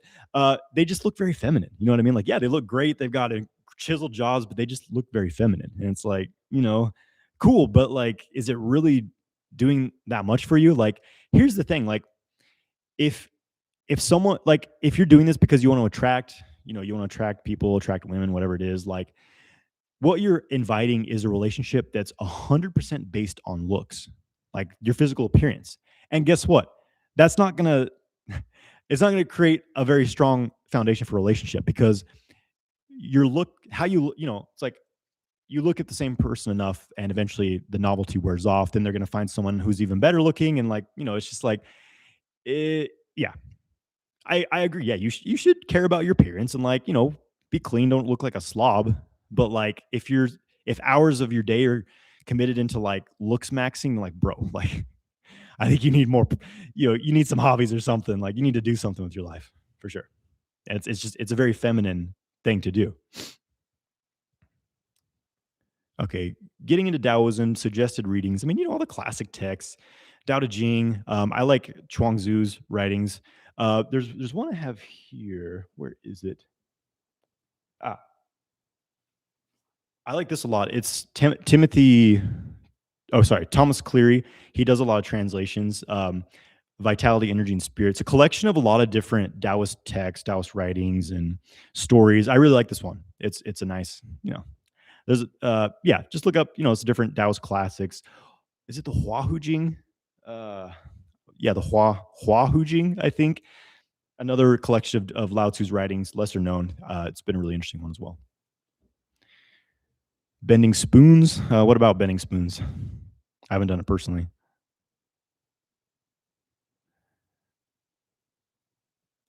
Paul says, I appreciate your realness. I mean, here's the thing. There's so much bullshit. There's so many people just, oh man, putting on this front of like trying to be this and that and like, oh, there's just a lot of bullshit. There's a lot of fakeness in the world, and it's only getting worse, all the AI shit, you know what I mean? And it's like ultimately, um, you know, I hit a point where I was like, why the hell would I pretend to be anything than what I am? You know what I mean? Like, I don't need to like, yeah, I'm not a guru. I'm not a master. I'm just a fucking dude. I'm just a dude. I grew up on a farm, grew up in a small town. I like to be practical and, simple in a certain sense. And I'm just done with bullshit. So yeah, I'm just like I'm your bro who's further down this path than you possibly. And, hoping to share something that I've learned with you. How do you know if you're meditating right? Juan asks. I mean, if you're working on it, you're doing it right. You know what I mean? It's like, this is a whole deep subject within itself. But if you're able to get in states to where, if you're at least occasionally getting into states where like the thoughts kind of like, not necessarily, they don't, I think that your thoughts ever fully stop, but it's like they're in the background, kind of this like murmuring in the background. And the flow of time is different. Like you've been sitting for 30 minutes or an hour and it feels like much, much, much less time. There's good signs. And it's not going to happen every time, but these are kind of some basic, very basic, um, imagine if you're just sitting there thinking a lot and spinning your mind in circles, maybe that's why some techniques can help, like Dantian practices and things like that. Yeah, actually, the more you build chi, the easier meditation becomes, which is interesting because your mind, it becomes pulled into chi. Like when you sit and go into stillness, when you have chi, it just like boom, it awakens.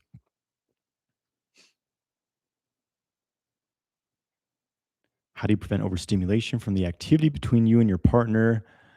You breathe, you stay relaxed physically. I mean, it's all sexual kung fu practice is what it's all about, is basically turning your body, opening up the infrastructure of your body, your nervous system, so that you can handle a lot of pleasure without being overstimulated. All right. So basically study the sexual kung fu system, practice the things that I teach, and I should mention that my course, Multi-Orgasmic Man, is it's the capstone of sexual kung fu training. Like it's a complete system from the most basic starting point to very advanced levels of sexual practice. It's a 12-week program. I would highly recommend you go through that if you're serious about this, because it's like that's how you fucking do it. All right, that's going in all the way, and I'll be opening registration to that soon.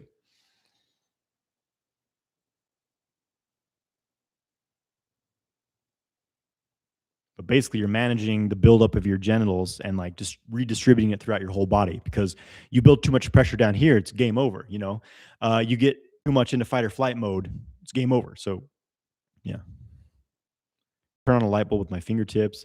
I have done that actually, but I have a friend, hell of a dude, hell of a guy. The most, I don't even know how to explain this guy. I mean, he's kind of, he's well known in a certain area, but dude's not human. Dude is not human. But I was over at his place one time, and he's a Tesla coil, this huge Tesla coil, and he's like, bro, you gotta, he's like, you gotta pull the electricity through your body, like a qigong practice. I'm like, it's like electrocuting my hands. I'm like, fuck. It's like, all right, I'm doing it. He gives me this light bulb. I hold in the other hand, and it lights up. So yeah, when I'm hooked up to a Tesla coil. But to be honest, I've never tried it. I don't know. I am studying in a system that one of the specific intentions is develop like electrical chi. Like you can and the teachers have it. So, it's going to take a few years, but I'm going to get there.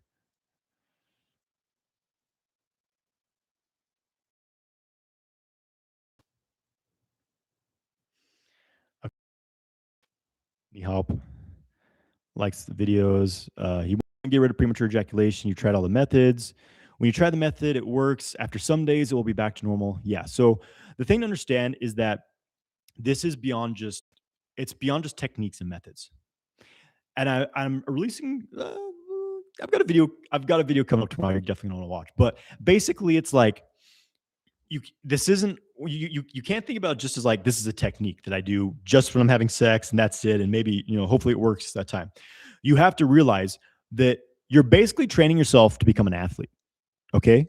Which means that you're consistently practicing things every day and beyond just what you're doing during sex. Like 10% of the sexual kung fu system is the things you actually do during sex.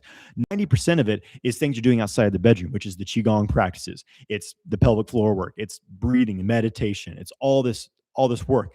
And it may seem unrelated, but when you do qigong, when you do the Zhan Zhuang standing meditation, it restructures your body, reprograms your nervous system so that when you go into sex, you're much more in control. And yeah, in the beginning, it's going to be like that, where sometimes the things work, sometimes they don't. But when you see how this is, again, you're training yourself to become an athlete. You can't expect to be a pro boxer the first few times you jump in the ring. You got to keep training, keep drilling, build this into your body. You're going to fail sometimes. It's not going to be super consistent in the beginning.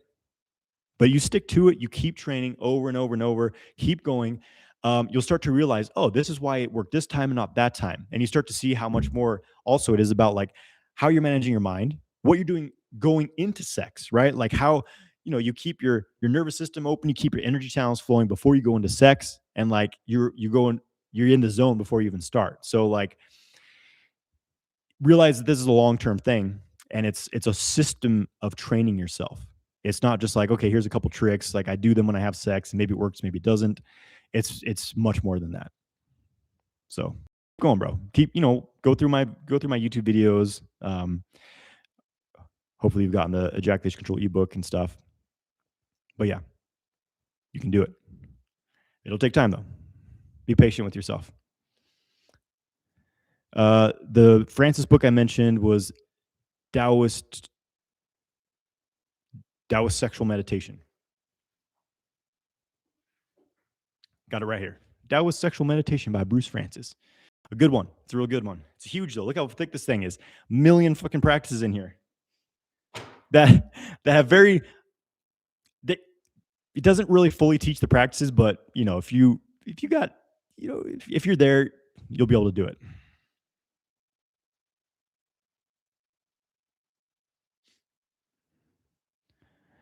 Okay. Give away a free spot in the country's money. Yeah, I understand. Uh, doesn't translate well the currency like people in other countries, but send my team an email. And I'm always gonna see what I can do with people where it's just like terrible currency exchange. Okay, what about for the ladies though? Well, I teach men, you know what I mean? There's practices women can do. I mean, everything I teach for the most part women can do. The difference being that the focal point for women is not about abstaining from orgasm, or orgasm's not a release of gene for women, not nearly the way it is for men. But for women, one of the focuses is on lessening the severity of the menstrual cycle, because that's a big loss of gene for women. Drukpa Kunli, no, I'm not familiar with that.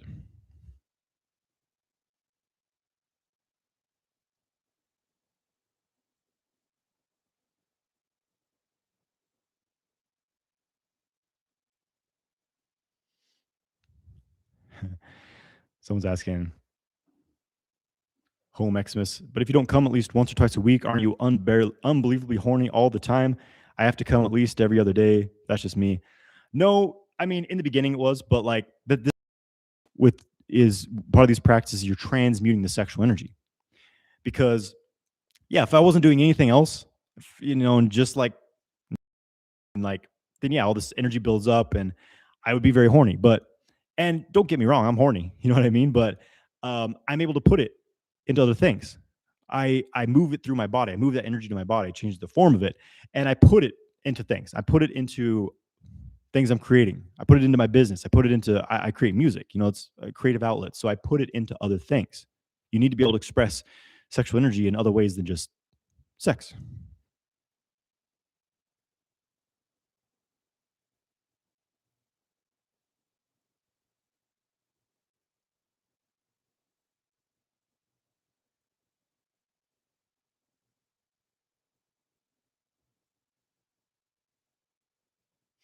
Okay. Asking on Instagram to do simultaneous maestro main to do qigong and inner smile. Yeah, you can be doing the inner smile with everything. It will actually improve everything you're doing because what often happens, what happened for me, and what still happens for me sometimes, is like I'm doing qigong or something, like resistance comes up of like, oh, I shouldn't be doing this. This is stupid. It's a waste of my time. This isn't even real. Like that happened a lot for me, especially in the beginning. And what you can do is you smile to it, you accept and love, you accept that, you smile to that, you embrace whatever's coming up, you smile to your body. It's going to open you up more and relax you. So yeah, do inner smile during sex. One of the ways I often start my sexual sessions is I just quickly inner smile to my whole body. It opens up the space. Smile to my partner's body. In a few seconds, it boom, it totally changes the vibration of the whole thing.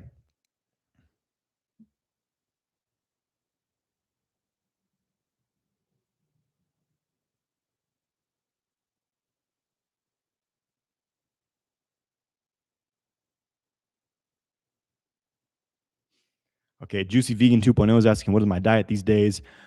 I eat a lot of meat, Juicy Vegan. I love beef. I love grass-fed, pasture-raised beef. I eat a lot of eggs. I eat beef. I eat butter. I'm doing carrots. I've been doing like a carrot salad where you shred up carrots. Amazing for basically absorbing like estrogens and toxins your liver releases, so they don't reabsorb into the bloodstream. What else do I eat? Bone broth. I ate a lot of animal products, not gonna lie. And my energy significantly increased when I did that. Um, I do some milk. I do some grass-fed milk, um, like avocados, fruits, lots of fruits as well. Honey, raw honey. Um, basically whole foods. Basically whole foods.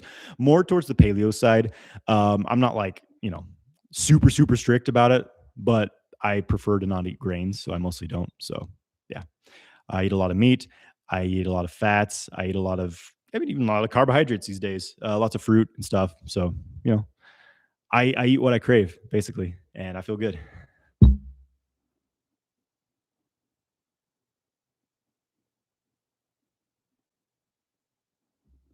Okay. Okay. I've actually started eating meat too, but 70-30 split. Yeah, yeah, yeah. Nice. When I was a vegetarian for like 7 years, and like you look at me back then, I was emaciated as fuck. I was skin and bone. And I felt fantastic once I started eating meat again.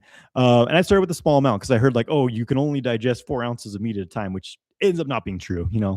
Um, anyways, yeah, it's my diet. What else do I eat? Depends. Eggs, lots of eggs. Did I mention that? Okay. Mechaniac says, I find during meditation, I want to stretch into a half lotus is something. Yeah, half lotus is great. Full lotus is, if you can do full lotus, well, if you have chi, do full lotus and like you won't need to do anything else. Just you'll experience it. It's a position for a reason, but it doesn't really do anything unless you actually have chi. But damn, it's very powerful. Raw beef, heard it's healthier. I like cooked foods. Chinese medicine is very adamant about cooking food. Raw foods are very cooling to the body. They can really slow down your digestive fire. Like I used to do a lot of raw foods and stuff, and it really was not good for my stomach, spleen energy. Really depleted me. So especially in the winter, the cold months, I've been eating everything warm, everything cooked. Yeah, I prefer cooked foods over raw, 100%, and it much better for my digestion personally. And I just feel more heat in my body. Like my body temperature is higher. I've been measuring my temperature because apparently the average body temperature is lowered by like 2 degrees over the past 100 years, which is crazy, which means people's metabolism is slowing down. So when I eat warmer foods. It increases my metabolism, my appetite stronger, and yeah, bro, you're stupid ripped for eating what you crave. Well, here's the thing. There's a caveat to that because, you know, I did a lot of detoxification. I completely eliminated refined carbs, sugars, alcohol, GMOs, like, you know, all that shit. So like what I crave is generally healthy things. You know what I mean? Like my biggest indulgence is like nut butter. I love almond butter, and like I'm hearing a lot that nuts are not supposed to be great for you, phytic acids, blah blah blah blah blah. But like I crave it. Like I fucking crave nuts. Okay, and so I'm like, you know what? At the end of the day, if I have a scoop of almond butter, like that's like my biggest indulgence. Like what the fuck ever. Zero alcohol. Zero alcohol. I haven't drank alcohol since 2015. This last time I had a drink. It's a poison.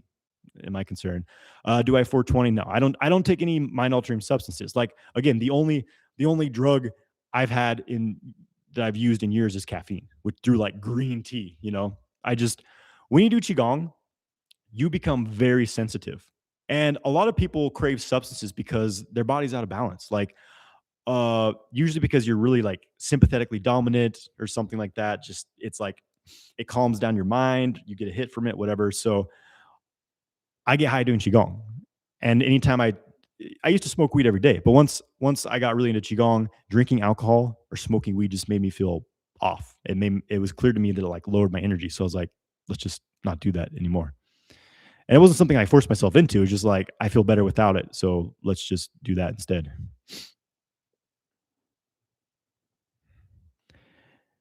Yeah, bro. I mean, do qigong. You gotta have a better, cleaner high. You know what I'm saying?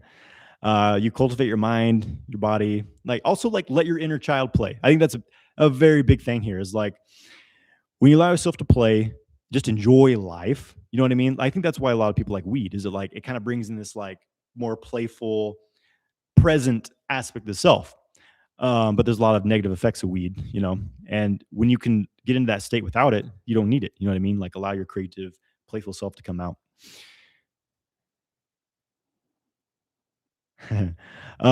Next opening, Juicy Vegan.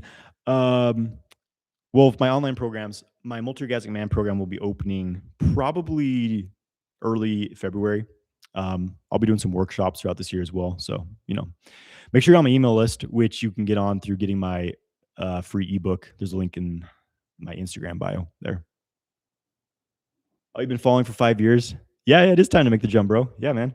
Hell yeah. Okay. Body Tone by Jer- Jermaine. What would you recommend? Where would you recommend starting Qigong? Are the testicle breathing exercises you recommend versions of Qigong? Yeah, basically they are a Qigong practice, maybe more of a Neigong, which is like internal practice. It doesn't matter. That's a great practice for like sexual energy circulation. As far as starting Qigong, good luck. No, I've got some videos on YouTube. Uh, Instagram feed down. My phone died. Whoops. Well, I guess that's that, guys. It means that it is time. And thanks to everyone for joining. Hope you've enjoyed it. And yeah, I'll be doing this again. But good to hang out with you guys. Thanks for bringing your questions. Wishing you all the best in 2026. And take care out there, my friends. All right.